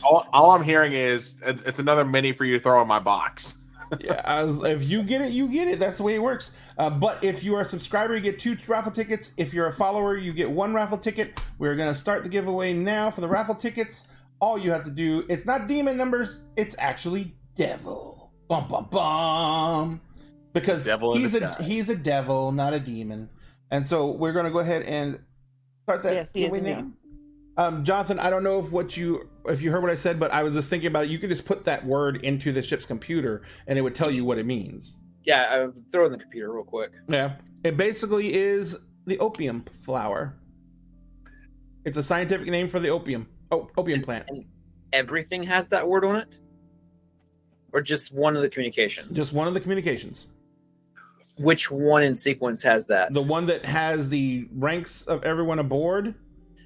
Oh, I thought you said there were multiple communications and all of them had the ranks of people aboard.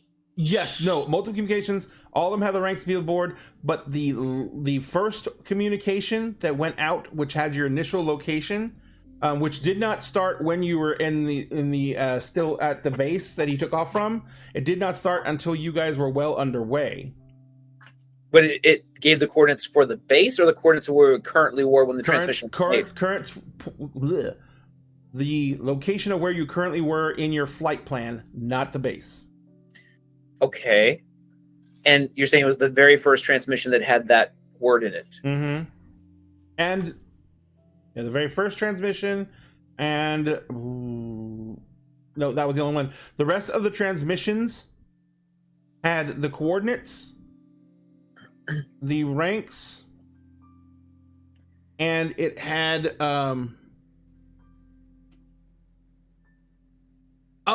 it had references to percentages. Percentages that are going up, percentages that are going down, percentages that are going always going down. Percentages that are always going down. Do I notice like a connection between those percentages and about when they would have been happening? They would have been getting closer and closer to when you were basically taking him back to Alliance HQ. Okay. The percentage based on the time traveled and the percentage decrease, they would have happened while you were still flying over no man's land between the front lines and the Alliance headquarters. So they would have happened somewhere out in the flats. I guess what I'm trying to say is like, can I try to deduce, or does anything stand out to me as like what those percentages might represent based on what I know about the situation around things that are happening? You have this. What are you going to use to try and deduce this? I mean, the ship computers. While I still have them. Perfect. So you pull the ship's logs in. You're kind of you're just racking your brain trying to figure out what the percentages refer to. You pull in the flight logs, and you notice one thing very quickly. The flight logs list all the statistics for the engines, the fuel consumption, and everything like that. right away, because it was not done delicately, the fuel log has been tampered with. It is not giving an accurate reading. Your fuel was being emptied as you were flying. Not right away, not all at once. It was being slowly dumped. And so what I was seeing in the fuel as the pilot was not accurate to what we really had left. Exactly. And he was giving them percentage of fuel to let them know where and when you would be crashing. Okay. As well as you would have the coordinates. So even if you were throwing out the wrong coordinates, they would know how far you were getting. Okay. It's a pretty elaborate plan right there. He was a good spy. You shot him in the head. I mean, that's what good soldiers do. Good soldiers follow orders. He was following orders. Look, clearly he wasn't good enough, because otherwise he wouldn't have taken a shot to the head. Or maybe he was so good that he faked taking a shot to the head and having his brain splattered across all of the dirt. Don't give Ray ideas. Well, no, that's the sad part. I thought he'd survive, and then Ray described the horrificness of that head injury. Well, you fucking shot him in the head. Wait until I bring back Sparkles. Posture check. Posture check for their inevitable revenge. All right, Jonathan, because it was Jonathan's complication. Atlas's complication. Quick question, Jonathan. Would Atlas, being that he's looking into Alliance stuff, would he possibly approach Clayton to get information? Clayton's been very open about what his plans are. He's been open to give any help, as he said in the conversation between Atlas and in general when he spoke to them initially. He's been very open. I'm going to be honest with you. From the communication. The answer is probably no, but if you introduce yourself into the scene so that you're there, I'm not opposed to you being there, but like he probably wouldn't go looking for you. Okay. Does that make sense? Like if you want to show up, like he's not gonna like shoo you away, but he's not really like looking for help. Okay, that's kind of what I was going for. So while you're pouring over all this, are you doing it? I'm guessing that you either stay in the cockpit most of the time on the bridge, or in the med bay, or possibly in your own room just off the bridge. Because I feel like that's probably where you're staying, is off the bridge, correct? Yeah. So on one of the many times that Clayton is bringing food to just everybody, because he is consistently just doing stuff, I would say he probably, while you're doing this kind of approach I was going to say, Clayton almost seems to always be frantically looking for something to do. Unlike me, who has autism, I'm discovering I think Clayton has ADHD real bad. He's not medicated. Well, the PTSD you've described would also cause that. Would also do the same thing. Yeah. I think all of us at this point have PTSD, except maybe Atlas. Atlas might be okay. This hasn't been his worst experience in the world. Atlas might be the only sane person here, except I know Atlas's background, so no. No? Okay. Maybe you're right. But I'd say maybe I've definitely been making things like actually, let's say you're in the med bay, because it makes more sense there. I've been making a lot of like broths for the general, just because solid food still ain't a good idea just yet. So I just kind of come down with 2 mugs of broth, and I'm like, "Hey, Atlas, you want to?" I just kind of see what you're doing. Actually, want me to roll a notice check? Are you being secretive? I guess a notice check. I'm just saying, like, I can considering that even what I'm looking at is encoded. Probably not dramatically, because I mean, without context, you have no idea what I'm looking at, anyways. That's fair. But I do. Would I see that word?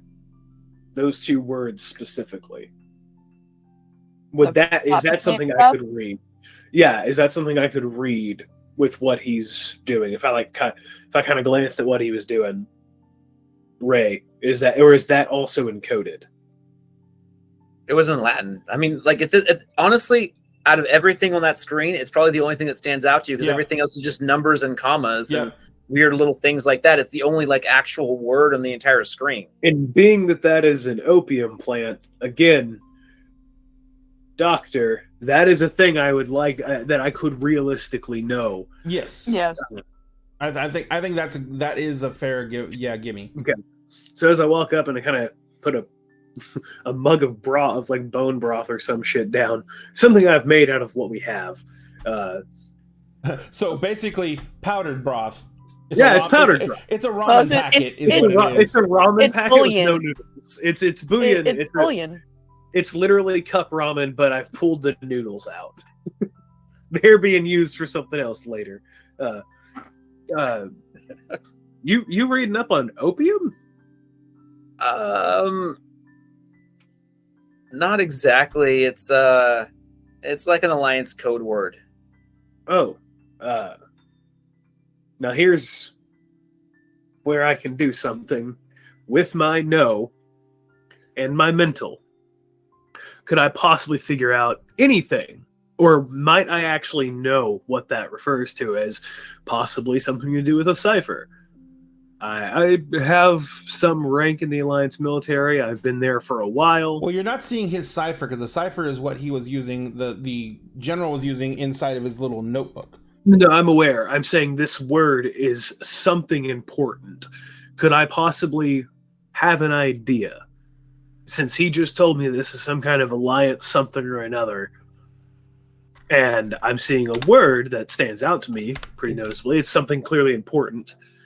I think maybe part of what he's asking is like, has he ever been exposed to alliance code naming schemas so he knows like plants represent certain kinds of things or certain topics represent certain types of things? Like, this is going to be kind of not even really a role of it's a contested role because we have no other real system involved here, but this is going to be more like a fucking luck roll. Okay.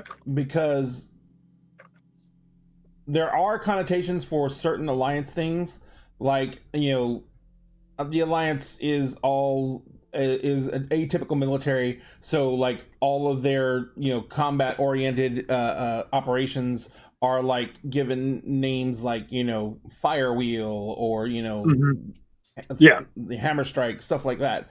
So, you know, those you can designate.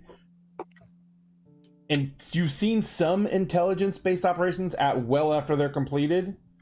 And the intelligence-based operations have usually much more generic names, like, you know, Operation Safe Lift or Operation, you know, Supply Drop, stuff like that. But they're actually Operation Murder General. Yeah, Operation Assassinate General while no one's looking with beef broth. So. But yeah, a small mechanical device drops some pills into the beef broth. But what I'm looking at right now is those are things that someone who is more in frontline support might get some kind of wind of, right? This is not frontline support type stuff. Okay.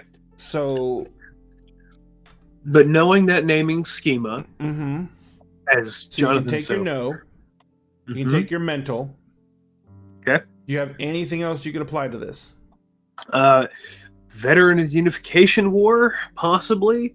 And I'll give you that. I feel like, God, part of me wants to say that given my medical background and opium being a medication, being used as a medication, I feel like it might tie into something in that world. And if this was something to do with so I'll tell you what my thought process is and what Clayton's What's up, Eric? possibly could be, or what I think Clayton's thought process is. I've just been told this is something to do with Alliance secrets. I'm seeing a word that has to do with medication, with opium specifically. And actually, I'll ask, what's the rest of the information? Atlas, I'm asking Atlas. This word, what's it attached to? I'm letting you know right now, I've set the TN and I'm spending 2 plot points. Okay. their status updates, basically on Operation Murder the General.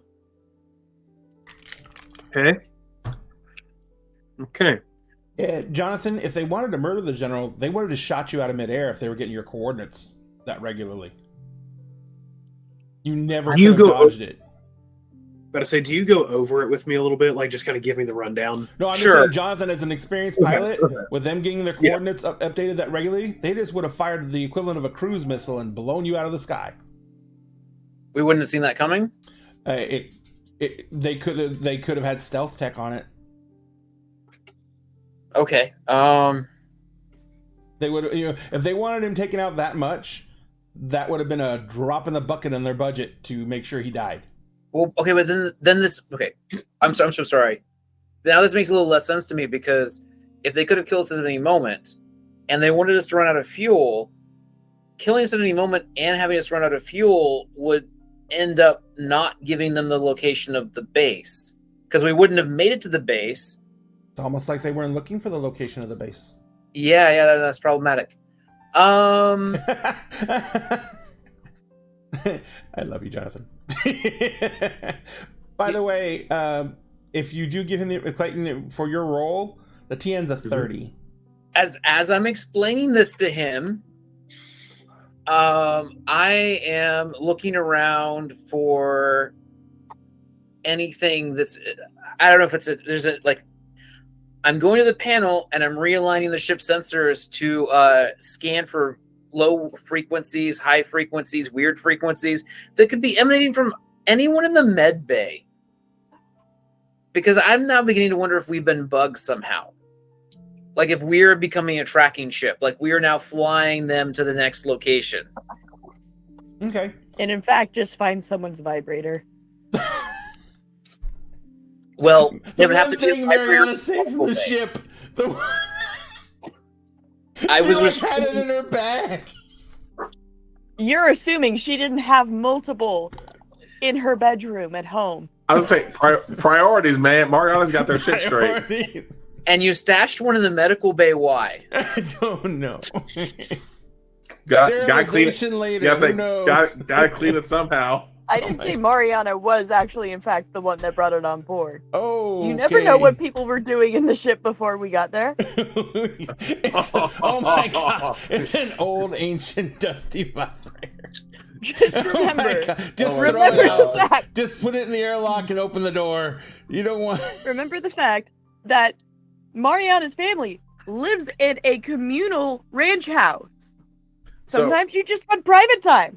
So, besides the fact that now we probably should turn a black light on this place.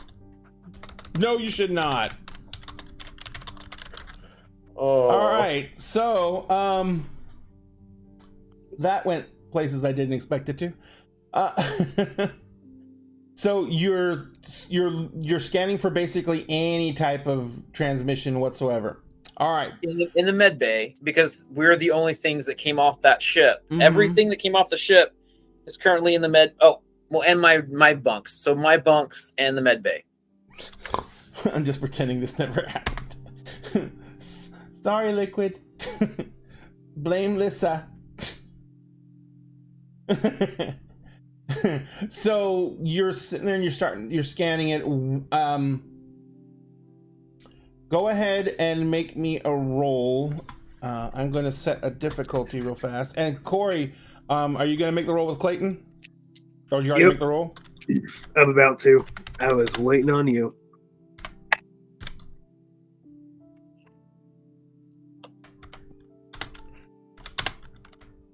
So that's a 7, a 6, and 8, 13, 21. I'm going to burn 2 plot points to use both of my big damn hero dice. Okay. Bring you down to 5 plot points. You can only use 1 big damn hero dice in any roll. Okay. It's spending to keep more dice that you can do more than one of. You can only do 1 big. That's right, Jonathan, isn't it? Yeah, that's right. Yeah. Okay, then I'm going to spin. I didn't want to cheat you out of your opportunity to use your big damn hero dice. I'm going to spend one of my dice, or one of my plot points to keep, my 6, because I have an 8, a 7, and a 6 on the initial roll. Mm-hmm. And use my big damn hero dice and roll a d10. And I roll my d10 big damn hero dice that I got. I'm at 21 right now. Mm-hmm. So I gotta roll a 9 or higher. Mm-hmm. That's a 5. So 26. Is there anything else I can do here? Nope, because I got nothing. There's one other thing you can't. How many plot points do you have left? 5. Well, you can build dice, right, Jonathan, by spending the plot points for each die? Yeah, it's super expensive. It's super expensive because you spend 1 plot point to get a D4, and then you pay a plot point per pip that you want to raise it. So it's another plot point to make it a D6, another plot point to make it a D8, another plot point to make it a D10. You can take it all up to a D12 if you have enough plot points. That would cost 5. Yeah. Correct. Yeah. And if it's a 1, it still counts as a 1.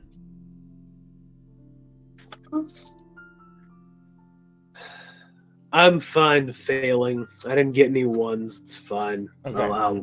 I will suffer in silence. There's something itching in your head.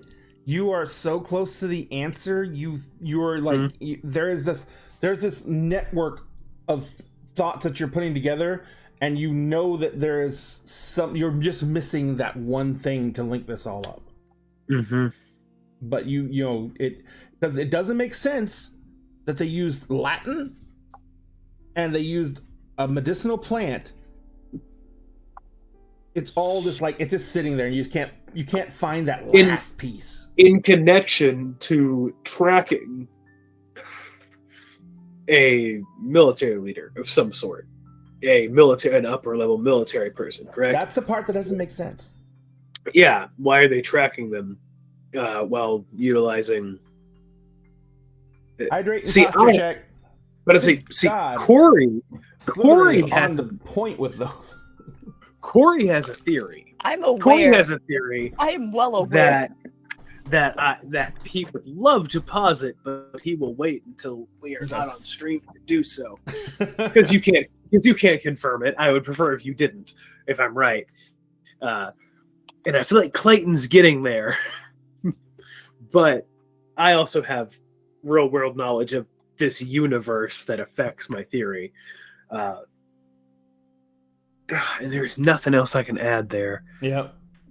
I mean, you could add it, but it's going to cost you a fuck ton. I'm a drop 2. I'm just going to drop 2. So you're going to drop a D6? Bring myself down to 3 so I can throw the 6 on there. All right. And I'm currently at 26. Mm-hmm. 26 is where I'm at. Mm-hmm. Can I give my lend a hand to Corey? And I have a lend a hand. Yeah, you can. I have a lend a hand, which brings me up to. Yes, you do. That's so good because I rolled a 4, which brings me to 31. I rolled a D6, got a 4, bringing me to 30, and that +1 brought me to 31, which doesn't help much. But were you at a 26 or a 21? I was at a. I rolled my D10. I was at a 21 initially because I had a 7, a 6, and an 8. Okay, gotcha. So, and then I rolled my D10, 5. Yeah, that's right. That's right. Got it. All right, so what's your total then? 31. 31? Got it. 31. So. And no ones in all of that. Perfect. Somehow. Almost every roll I know, that's a lot of fucking dice to throw down with no ones. So. Why am I stressed? Am I stressed? You are, you're about ready to give up when one last thing comes into your head. As you are a medical technician, a medical professional within the Alliance sphere, and you work a lot with field troops, there have been a lot of experimental drugs that have been coming out that are being utilized to treat troops. I'm so sorry. My internet messed up there for a second. I need to go back. a sentence and a half. Just go back a sentence and a half. No, as an Alliance medical professional who is used to dealing with field troops, there have been a lot of experimental treatments that have been coming down the pipe that are designed to help pacify and calm troops who are having insanely strong reactions to stressful situations.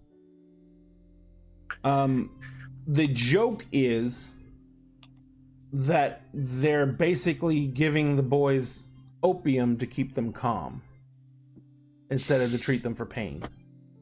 And they're giving them amphetamines to keep them awake. Hey, can I Never mind. Clayton wouldn't have a reason to ask. So Jonathan, that. Never mind. Yeah. What were you working towards on your end again? I'm trying to like scan my room and med bay to see if there's any sort of like. I got a 15. Okay.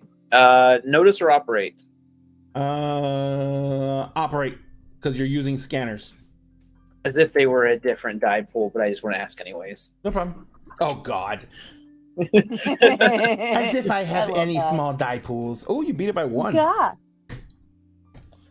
All right. So there is nothing on any of the radio band frequencies. Nothing that would indicate transmission of something, a communique, or even a transponder signal. Nothing. Weird, like radiation signatures. I was going to say, right as you're giving up and you're shutting things down, you notice that the normal radiation signature that is incredibly weak and small that comes from your engines that you can't get rid of because the engines have to stay on, at least the engines have to stay on enough to provide life support. Right. That there is a secondary radiation signature that is almost buried by the engine noise. But instead of it being a weak, quick decay signal, it is still weak, but it is like fucking actively radioactive. It's a long decay. This thing will act like a snail trail in space. And that's coming from my quarters or the med bay? It is actually coming from the med bay. Great. Can I narrow down where in the med bay now that I know what I'm looking for? Yep. You can actually literally go get a Geiger counter and try and find it. Me or him? Or both of us? Are you like waving a Geiger counter around? Yeah. Basically? All right. So you start waving the Geiger counter around. I let you borrow mine. That's definitely in my medical bag. I mean, realistically, one. Actually, I mean, it could make sense for me to have one to see if patients are radioactive for some reason. Yeah, I need you to go grab your radiation poisoning treatments. Done. You start waving it around. Number one, whatever it is definitely putting off radiation at somewhat dangerous levels. It would take. Great. We've been around it for 2 weeks. Yeah, so you guys are probably going to get some treatment. Number two, because of the way the medical bay is set up, because there's X-rays and stuff like that in here, the medical bay is shielded, so it's been mostly contained in the medical bay. But anyone who's been in there actively, or anyone who's been coming and going, is probably going to start getting sick. Number three, it is actually coming from the device. From the device itself? Yep. Well, that hasn't been in the med bay the whole time. Well, you said where it was coming from right now. I know, but you said that, like, luckily other people haven't been affected because the med bay is shielded, but... Yeah, but you tucked it up, and I'm assuming the other place you put it would be some place you could hide it, which would probably be somewhere in the superstructure of the ship, which then the actual physical metal of the ship would act as shielding. Okay, well, I mean, I didn't think you were going to put it something like just leave it on top of a dresser and hide it in plain sight. I mean, or under your Firefly pillow. thing to do. Under your pillow, yeah. Because now you have brain tumors. Just riddled. Heads full of tumors. Heads full of tumors. Whole head full of tumors. General? That's radioactive, and I'm pretty sure it's part of like an Alliance tag. But I can't imagine you'd ever let him near that thing. He says, he kind of looks at you and looks at it, and he's like, "This," and you haven't really, you've been carrying this device around, but it's pretty much a little brick, you know, and all it really has is a bunch of outputs on it. And you know it can connect like wirelessly to stuff and stuff like that, but it seems to be a small computing device. But it has no characteristics on it other than the connector ports. It has no identifying characteristics on it. And he kind of looks at it and he says, "This has no transmitter in it." He says, "This is pretty much a sealed individual item. I checked it thoroughly. There was no radioactive material in it." You checked it when? When I received it from my contact. I ran it through standard protocol.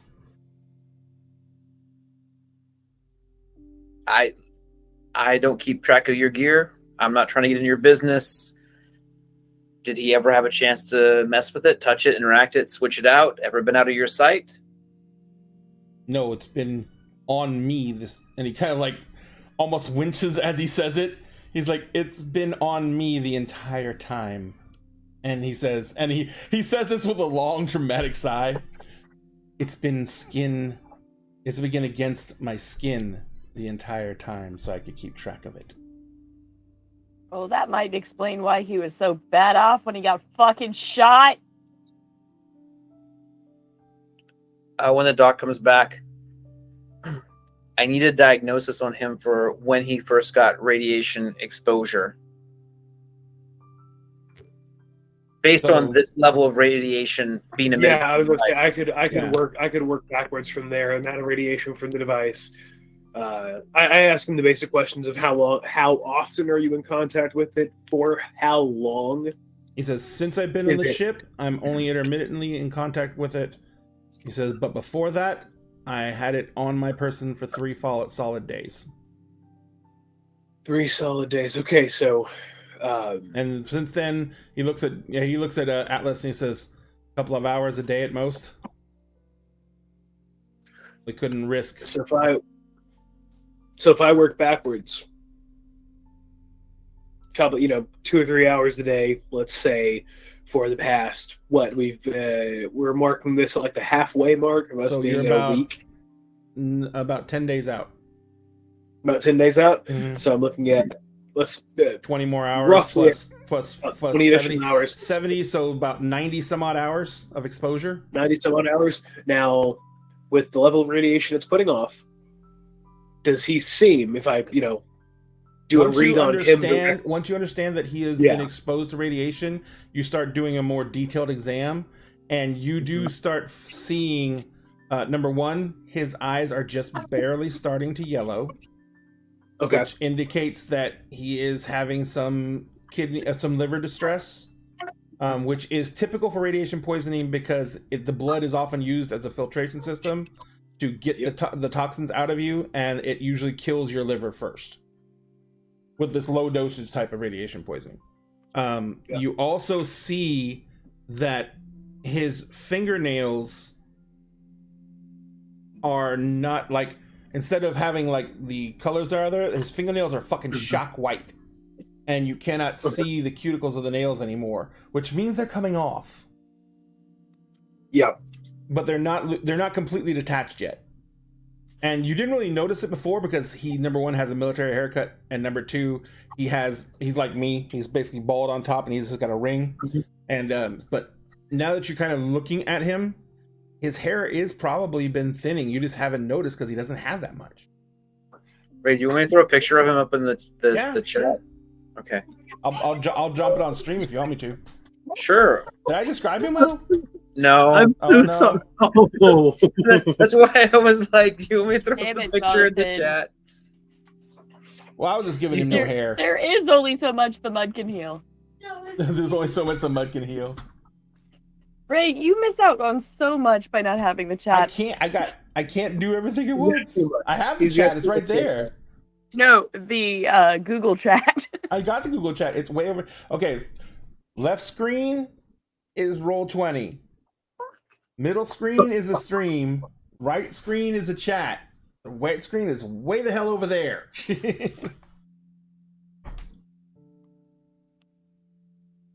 Where'd you put it, Jonathan?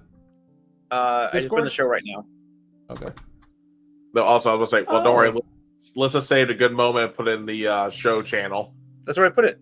Yeah, I did. They were too funny not The to. only thing that's really different is the fact that he has hair.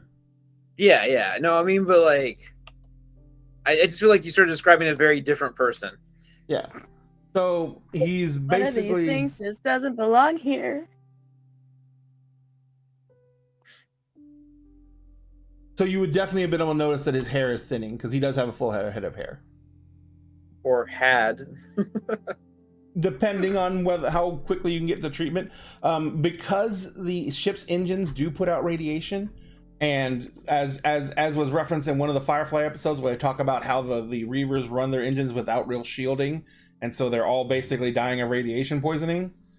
Because radiation poisoning is a danger on the ship, radiation poisoning treatments are something that's kept as standard. So my question is, does it seem like it's been 92 hours of this amount of exposure? Or does it seem like less time than that? As you start diagnosing him, looking him over, you take a blood sample and actually run a culture on it to see how bad, and you do see that, there's a lot of burst red blood cells. He does look like he has had at least that much exposure to this level of radiation. So his exposure levels match what he is describing. I mean, it's still rough estimates, but rough estimate to rough estimate. At the dosage of radiation he will be receiving, he's not going to die, but he is starting to get to the point where he was going to start getting real sick. He was probably going to start getting lesions on the skin, and he was probably going to start his teeth were going to start falling out of his head soon, because he was getting into that level of radiation, and he is going to have permanent liver damage. By the way, the mud was not effective against everything. No, the mud did not insulate him from the radiation. I launched the device into space. The device? He's like, no, you cannot launch that into space. He's like, we need to keep it contained, but we still need access to it. Yeah, I'm the one that's got the device at the moment, but I'm going to ask the general real quick. Who gave you this device, and were you supposed to keep it forever, or was it supposed to go somewhere? It's supposed to go to Alliance HQ, it's supposed to go to the Resistance HQ, and we were supposed to be able to draw the rest of the information off of it. I was only listening to audio portion conversations. There is more detailed information on the files on here. He says we have the encryption key was already sent ahead, so we can bring everything out. He says the only thing that I have access to right now is the audio files, which I was trying to transcribe as best I could, and take notes from. And he said, which would require me being near the box. So what I'm gathering is somebody slipped you a device to give you radiation poisoning, to kill you. I don't. And I'm sorry. I messed up one thing. I apologize. It does not. The time frame does not match. Okay, I'm getting the confused. First 3 days that he had direct skin to box contact should have put him at the point where he was losing teeth. Should have put him at the point where he had open lesions on his skin. Should have had a point at where he was fucking exhausted, could not move, and his body was falling apart. Okay, so it's been so since he the was day. not exposed during those 3 days. I'm also going to point out he would have a burn where that box Yes, where the box was.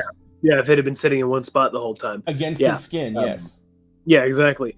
Okay, so it's not lining up to the... and I explained that to him. Jonathan, did you... Go ahead. General, what's his name? What name has he given me? I've forgotten at this point. Jonathan, I don't know his name right off the top of my head. I don't know that he's given them the real name. I haven't given them the real name. I mean, did he give them the real name? No. Okay. He wouldn't have given them, but he would have an automatic coat. He would just call him General Brown. Brown. Okay. General Brown. Course. This doesn't quite work. Given the time frame. Mr. Pink. Can I call you Mr. Pink? This isn't lining up to when you got the device. What it indicates to me here is that you didn't start receiving a high dosage of radiation until what I'm seeing here, possibly just before we got off planet. Or would you...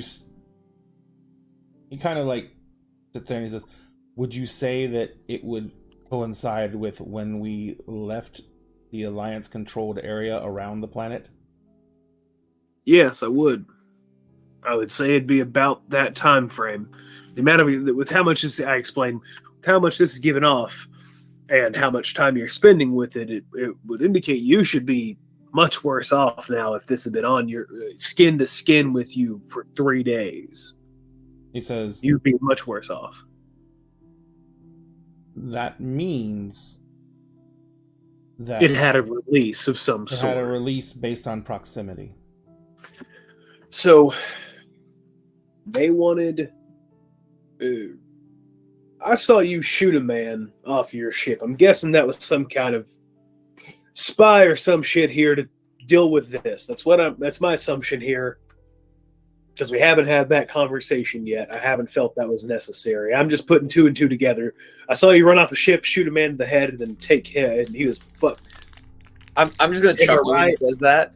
Am I right? I have a question. Obviously, I'm not in the room, but... You can be. I mean, this is a lot of commotion going on. Mariana is going to come into the room, but... so she's in the scene, but actual legitimate question. How effective of a shielding have they developed by this point? And would our spacesuits be effective enough for us to try and fuck with this thing, to try and figure out, get the radioactivity out of the ship? You would have to take apart the device, find the radioactive isotope wherever it is, and take that off the ship.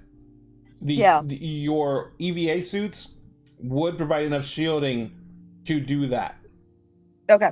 Then Mariana's gonna... I wish we had our mechanic.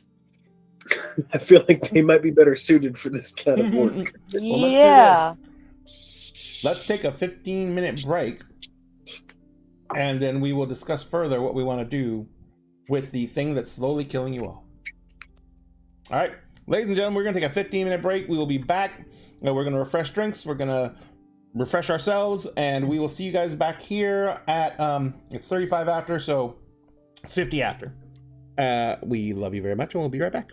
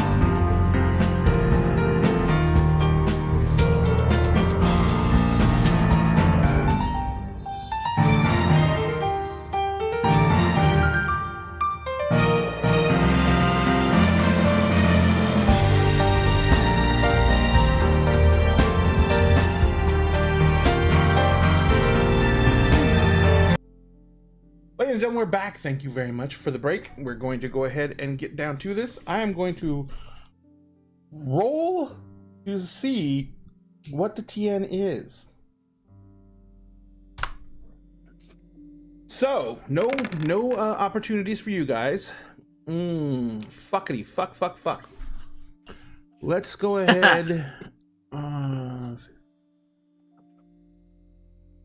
I like that response, Ray. I like that response a lot. I don't know if this is a good fuckity fuck or a bad fuckity fuck. I'm Like, going he to could be spend one more plot point. I don't know if that's worth it to spend the other one. I'm going to spend one more plot point, and the TN is 21. Okay, so that lend a hand's gonna come in handy. It's a good thing you didn't give it to Clayton earlier. Yeah, I also have big damn hero dice. How the fuck? I've never used one You yet. spend a plot point to use the big damn hero dice. If your roll still fails, you get the big damn hero dice back. So the roll has to succeed for it to be spent. Can I use a plot point and give a big damn hero dice?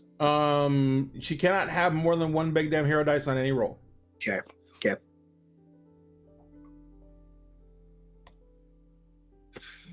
Friends.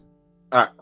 All right. So I am going to spend a plot point to use my D8 big damn hero dice. Is that it? As you said earlier, is the most common one to get, right? On a dice pool? Yes.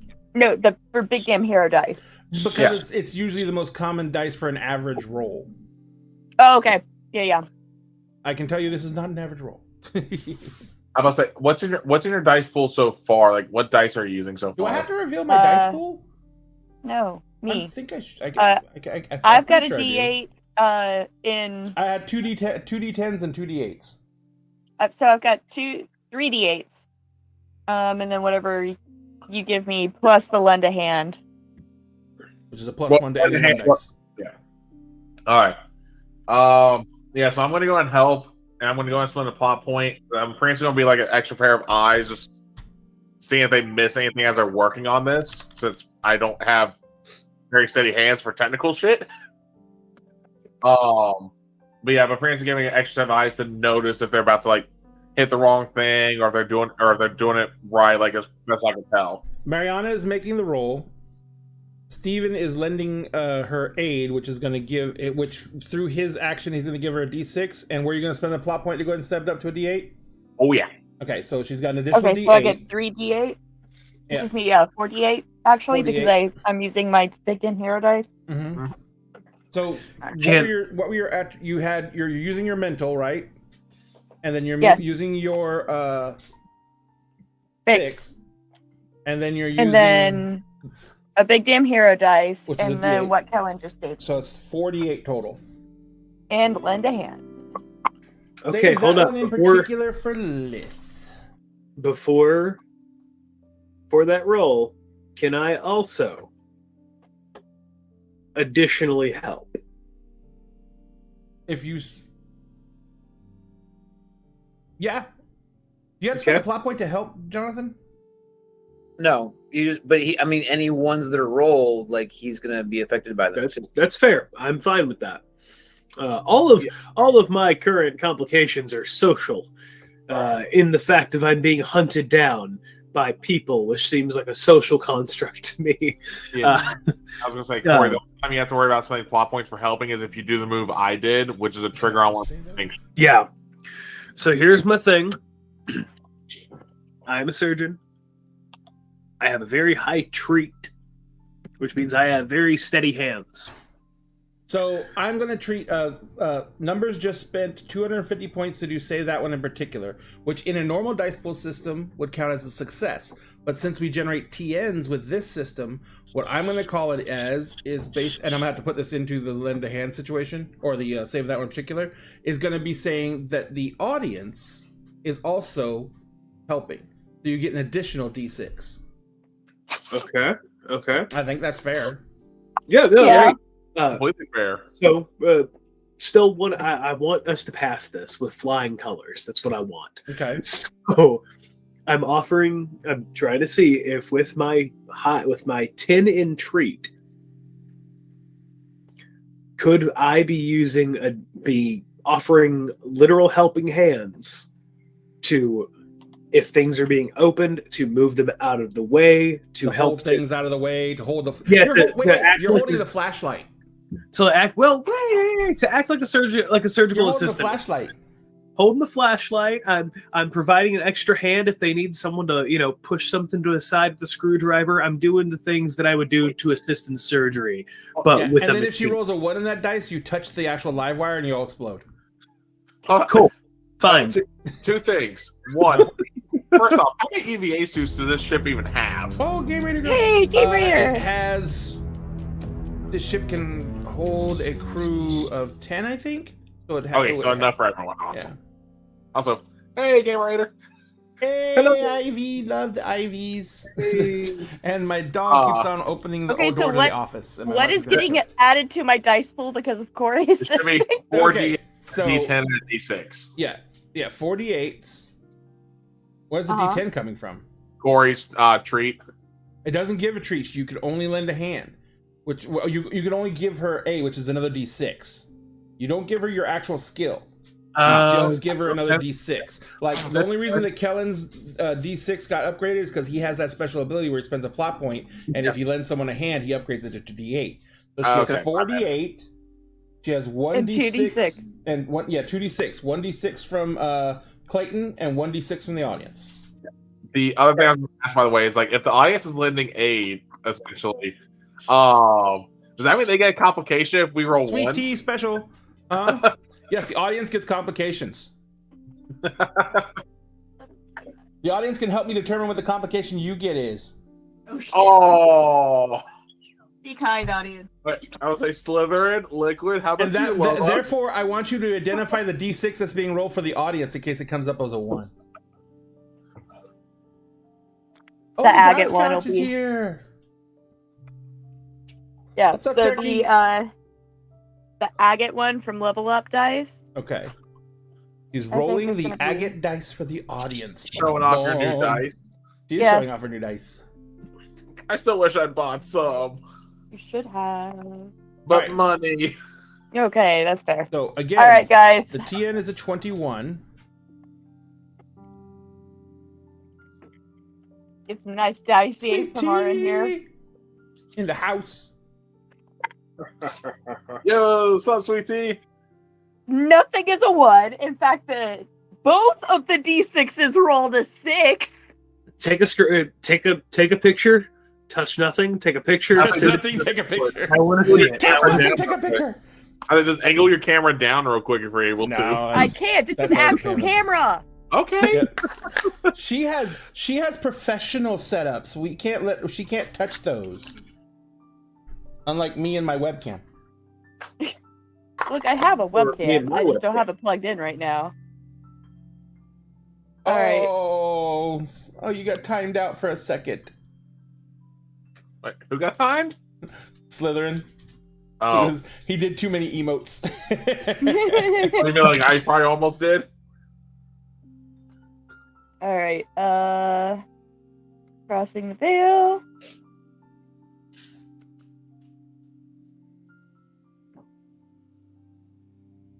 This is like all the tensions. There. I posted it in the cast chat for Crossing the Veil. Oh, okay. I wasn't actually asked for that. That was Corey. I don't care. No, they wanted to see it. I want to see it. Oh, those that's so pretty. Damn! Two sevens on the D8s, 2 6s on the D6, a 5 on another D8, and a 3 on another D8. And one of those D8s is a damn hero too. All right, so here's the deal. I'm assuming that you're gonna, for the initial 2 dice, you're gonna keep the 2 7s, correct? Yes. So that gives you a 14. You have to beat a 21. What are you gonna? You have your plot points to be spent. How are you going to spend them? Yeah, I think you have like 5. Nah, she should have like 8 or so at this point. Jesus, no, really? She was spending. No, they've used a couple. You've used a couple. I've got 3 left. Hold on, so You can literally buy everything but the 3, but really all you need is the 2 6s. Yeah, I'm gonna spend 2 for the 2 Can 6s. I spend a plot point? Actually, I think you can donate plot points to your fellow players. Can you? Take one. I'll go down to think 2. so. Okay, Jonathan? we're keeping the 5. That's an ability. One of the. Oh, never mind. Then you can't. Oh, Yeah. okay. I think the reason why that sounds familiar to you is because the old captain had that ability where he could like keep giving plot points to the. Oh, the yeah. crew. No, well, it's not. It's not even Okay. just that. It's because we actually do have a trigger on our Frankenship distinction.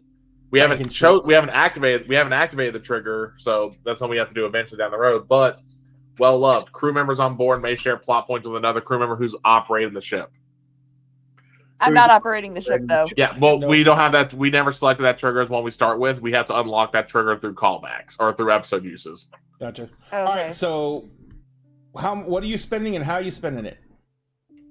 Okay, so I'm buying my 2 6s with plot points. Okay. So that's 14 plus 6. You said 2 6s. That's 14 plus 20. 12. That's 26. Yeah, right there. so just That's yeah. 26. To So also you push this to raise raise the stakes at that point. So what I'm looking for is how many plot points we're gonna spend. How high do you want to take it? I already spent 2. If Do I want to spend the last one I have? I mean, you wouldn't If you double the do, stakes it make- though. actually, it gives us. Wait. It would give us 10 over, and then we would get an automatic success. 'cause where we 20 did. No, it's a 27, so that would be or 6 over the roll.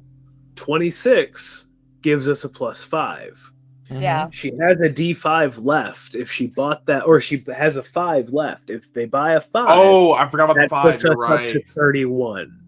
I completely forgot Yeah. about the 5. My Which bad. My gives us a bad. 10 over. Yeah, I'm spending the last plot point so we can just dictate the. Dictate how it goes. Yeah.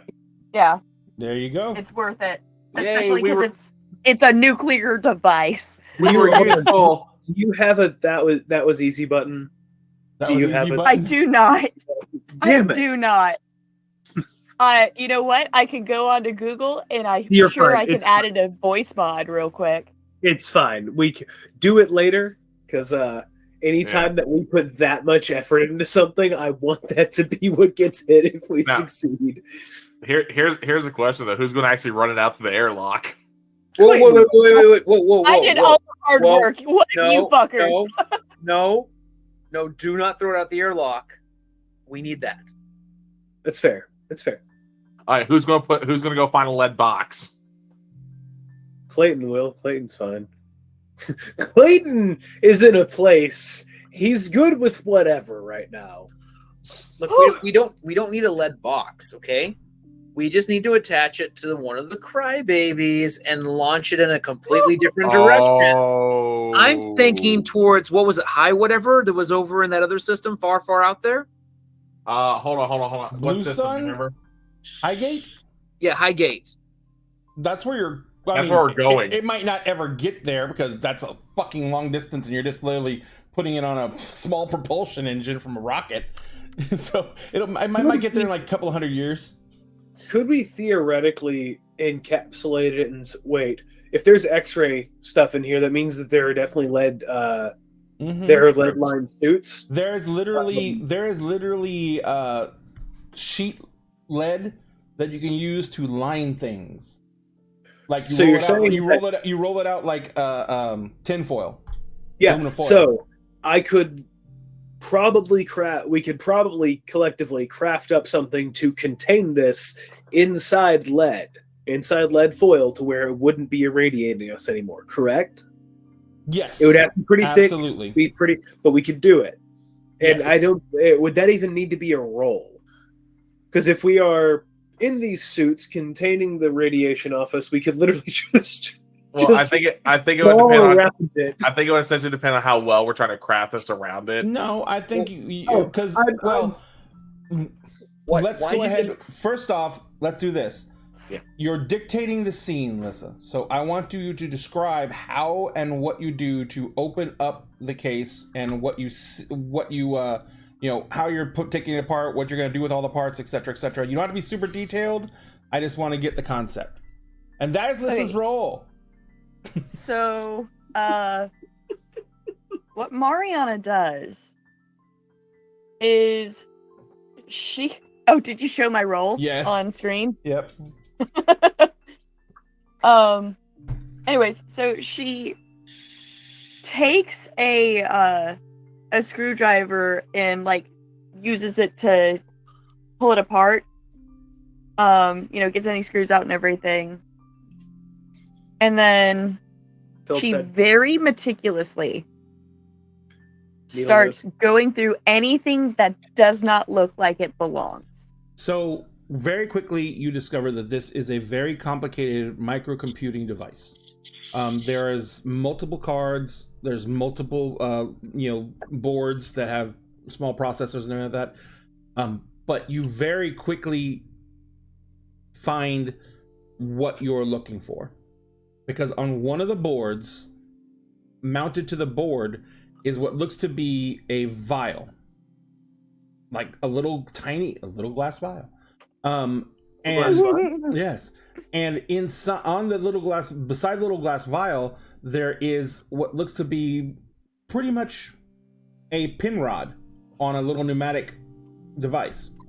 Mm-hmm. And you can see that the pin rod's already been discharged and the glass vial has been broken. And sitting in the remains of the glass vial, there is what looks to be just a very compact stone. It looks like one of the never mind. I'm probably the only one who recognizes what that would be. No, not necessarily. Little black beads. They use them in X-ray tech stuff for X-ray welds. It's a black pill. Yeah. Mm-hmm. Yep. And so, but it's just sitting there. It's not very big. I mean, it's inside this device that is about the size of a fucking cell phone, but about twice as wide. And so this glass vial and everything was really tiny. The glass vial is probably leaded glass, and so it was containing it in there, barely. Mm-hmm. But it's just sitting there, kind of rolling back and forth on the remains of the broken glass vial. But that's your culprit, because that doesn't look like it should be in here. Yeah. So Mariana gets that out with like a set of tweezers, which will get discarded because they came into contact with radioactive material, mm-hmm. probably on the crybaby. You dump? Are you gonna bother to wrap it up in the lead sheet right now, or? Yes. If you're gonna stick it on the crybaby, you want it exposed, right? Well, I think it's just so we have the crybaby right now, made. So, yeah, until we get that up and running, it's you're containing it right now, so none of you get any sicker. Yeah. Yeah. All right. So you guys are sitting there. She removes this tiny little pea of black material, and she, you have like your hands, like you're wearing a glove, and your glove's lined with a couple of layers of the lead sheeting. She drops it into your palm of your hand. You kind of just wrap the lead sheeting up around it. Basically, just wad it up into a really tight foil ball around it. You get all that done. I'm assuming someone's prepping a crybaby at the same time. Would that be you, Atlas? Yeah. Okay. So you're getting a crybaby prepped. As you're doing all that, as you're getting everything ready to go, you hear the warning klaxon from your sensors saying that there is a ship inbound. Oh fuck! I'm just gonna make an announcement and tell them somebody else has got to finish prepping this. I have to head up to the bridge. And with that, we're gonna wrap for the night.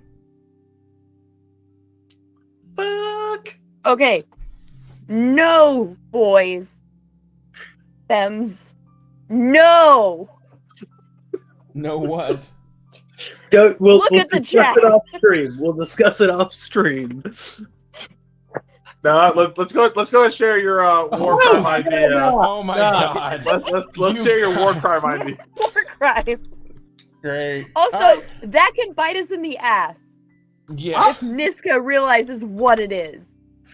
Oh, he'll realize what it is. So, thank you all so much for playing tonight. I had a great time. I love how these simple little rolls get ratcheted up so high in tension, and you guys are just like sweating bullets.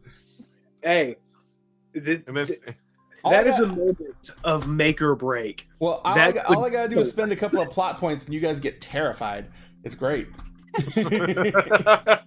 Why is he spending fucking plot points? Because I'm trying to scare you. Well, I'm considering this from the aspect of my character. Oh yeah, this is a big deal. This is dangerous. I want to do everything I can to make sure it doesn't fuck up. Oh yeah, no, Plus, like Mitchell would have been scared shitless because like every time there's some radio, it's like, okay, this ain't my department. Y'all boys go in there. Yeah. Plus, the only thing you have to look forward to is that the treatment for radiation poisoning makes you sicker than shit. Yep. So everyone's gonna have a bucket by their bed for a while.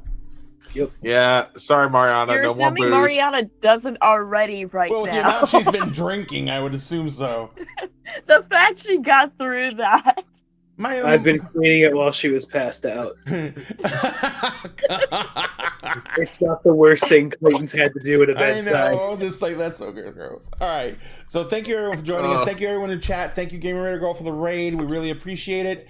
Remember, if you came in with Game Raider Girl and you gave us a follow, number one, thank you so much. Number two, always remember that if you give us a follow here, you will automatically be entered to win this set of D&D core books. It is the Player's Guide, the Monsters Manual, the DMG, plus the GM screen. It comes in that magnificent slipcase. It is the limited edition foil cover editions, which means they have shiny, sparkly covers. And if you take them as your main books to the game store, you will not have to write your name on the edge in sharp because they will look different than everyone else's. We'll be giving that away when we hit 1,000 followers here on Twitch. And we are close, so close, so close. Let me see if we got any more today. Look how pretty they are. They're very pretty. We have 908 followers as of right now, so we're getting ever closer to that. So if you can give us a follow, do so. And if you can let your friends know to give us a follow, they will be entered as well. And if they help us get to 1,000, we're always looking for help and we are willing to pay for it. So also, don't forget, if you follow us over on, I'm going to put our link tree in the chat real quick. If you follow us over on TikTok, we're also giving away a kind of nice little prize over there. We're trying to get to 1,000. It's been painful. It's been slow. We want to get there today. Probably not gonna. When we reach 1K, we're giving away a 3D printed tower. This is 4 stories tall. Each level comes off individually. You can move your minis around inside. You can put the levels side by side each on the table so you can track actions going on each level separately. And there's staircases that show you going up and down from each level. Also, the front door opens and closes. There's a hatch in the roof that opens and closes to give you access to that.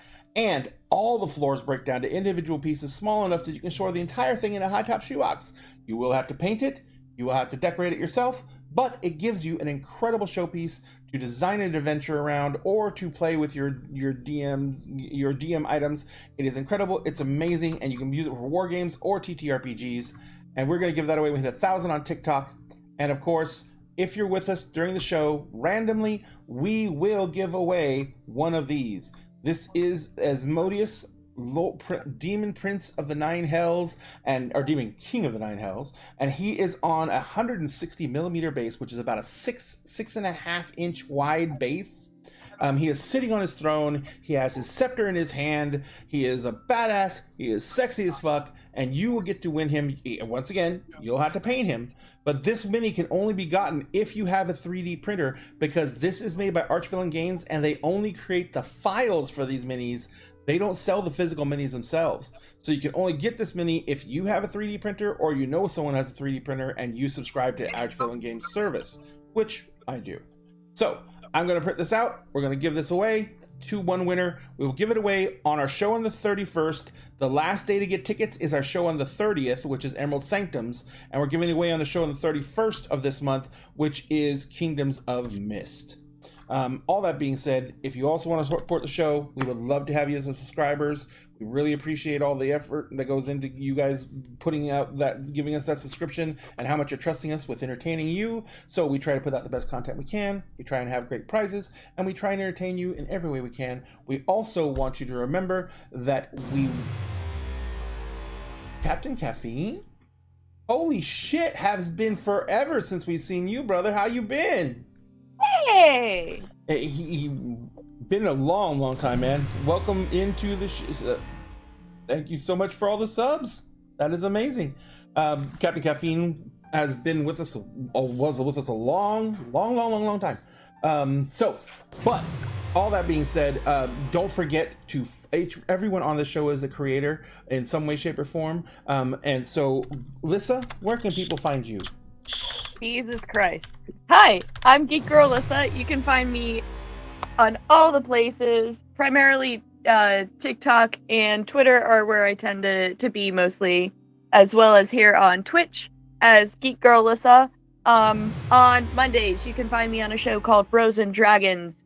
It is a D&D campaign that is also a podcast, and it's over on twitch.tv/nerdworksmedia. Tuesdays, you can find me first on the Dead Bard Society's channel at 1 p.m. For Windermere Falls. And then later at night, you can find me over on Tannis Jr. 93's channel for a Curse of Strahd campaign that just started this week. Wednesdays, you can find me over on Shortbeard the Bard's Twitch channel, playing Mask the New Generation. Thursdays, you can generally find me both on my channel and on the Aries Studios YouTube channel for a show called Two Geek Girls that has been on hiatus for a little bit. Hopefully that is coming back soon. Obviously, every other Friday I am here. Saturdays, I tend to be doing Starfleet Tactical, producing behind the scenes, generally not in front of the camera unless Chris absolutely needs me. And Sundays, I tend to play on my channel. Dun, dun, dun. That is a mouthful. Yep. This is why I tell everyone to have me go last. Well, also everything, all Lissa's link tree is in chat, so you can go there and find all of her Lissa, you're officially a busty bee. I am a bust bee. Yes, I was. I mean, don't get me wrong. There's plenty here. But... Kellen, where can people find you? We have to distract people away from Lissa's bust.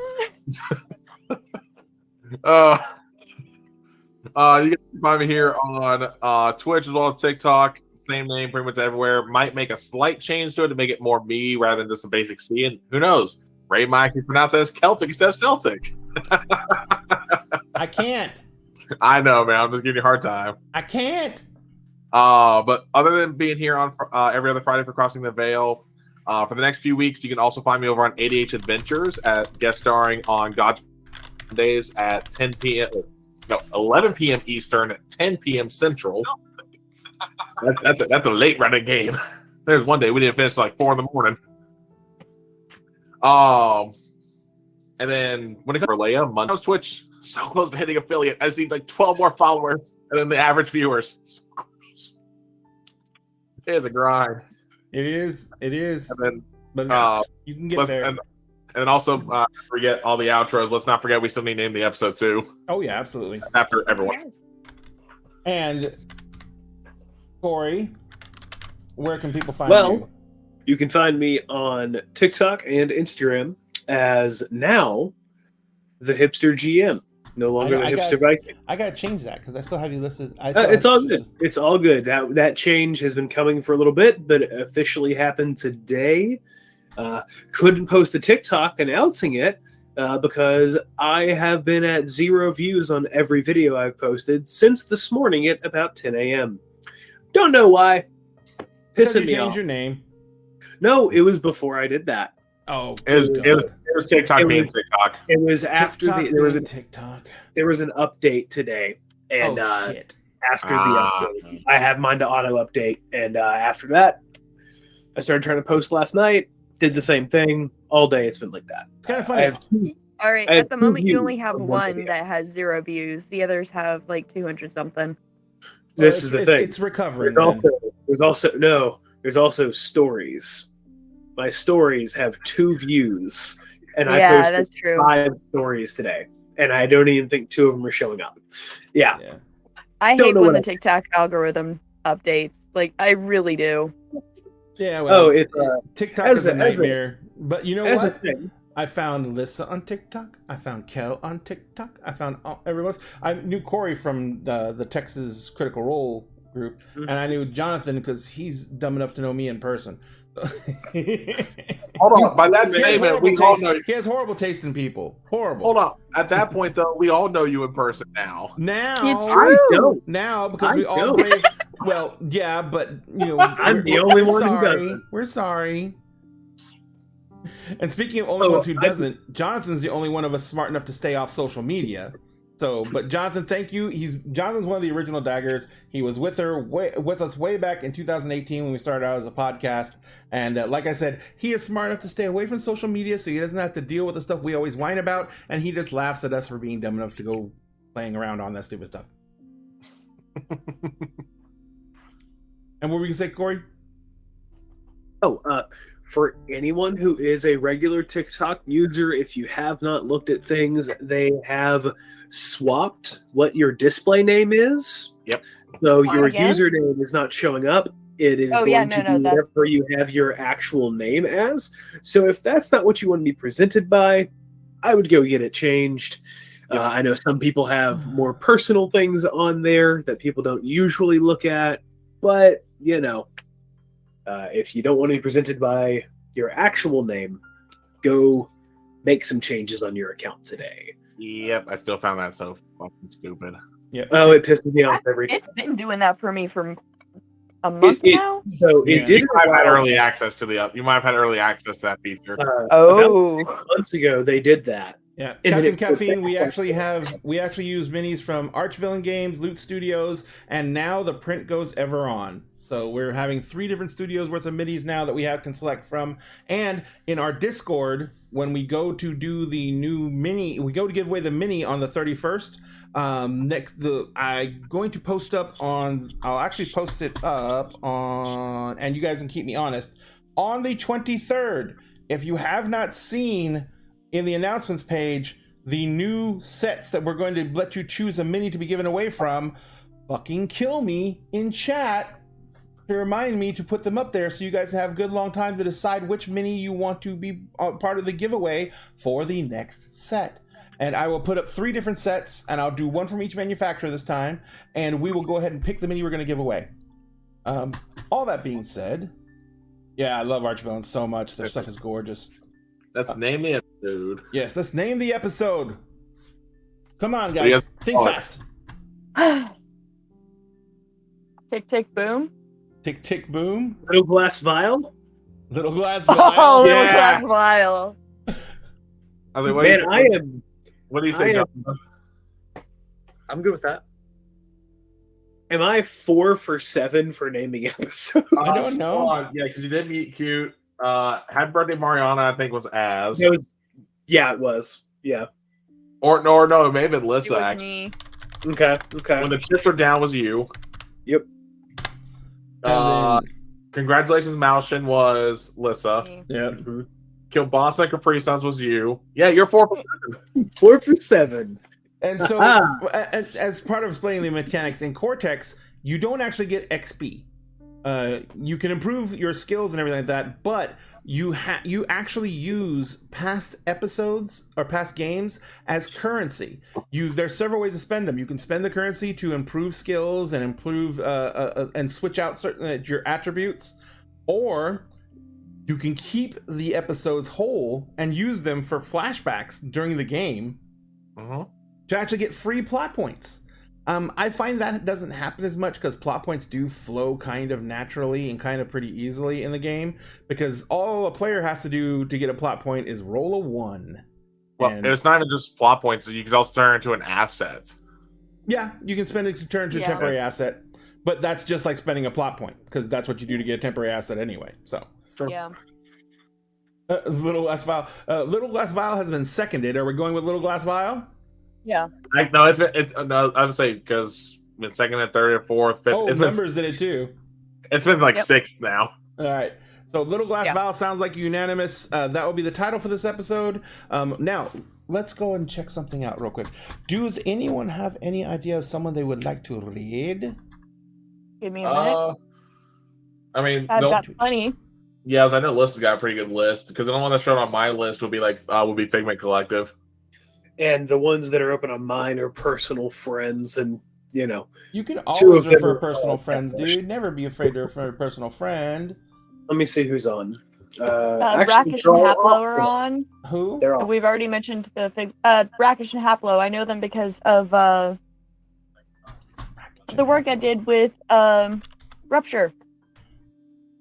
And they're playing Dungeons and Dragons right now. So, There's called Adventurers Pack currently playing D&D. But they've only got. I will let you decide, so you guys can fight it out. Yeah, Brackish and Haplo only has 3 people watching. Oh, go then. So, that's 30. All right. So, for those of you who are not familiar with raids, and I'm sure all of you are, I'm just saying this in case, we're going to go jump into their audience and take all you with us. When we get there, let them know Dinner and a Game sent you. Tell them that you appreciate the fact that they're making content for you to enjoy. And if you can, please give them a follow. You don't have a cap on follows, so you can follow as many people as you want. And sometimes you'll find another great show to watch. So, and trust me, there's no bigger rush of serotonin than getting a follow from someone you absolutely did not know and just came into your show and said thank you. So, in the meantime, at Dinner and Game, we always save you a seat at the table. After our experience at Gen Con, we will say this forever. Be careful, wear a mask when you go out, social distance if you can. Like, a third of our crew got fucking COVID. So, it's not a fucking joke. And all of us are vaxxed. So, it's not a fucking joke. It's still happening. What's his name from Dice Cream Sandwiches was literally laid up for 3 fucking days. No, that was Dice Cream themselves. Yeah. Well, he's got an actual name. He's not Dice Cream. I don't know their name. I'm going by their handle. That's why I said, what's his name? Never mind. Oh. You may sound like someone from his crew. You know, your hat is appropriate. Anyway.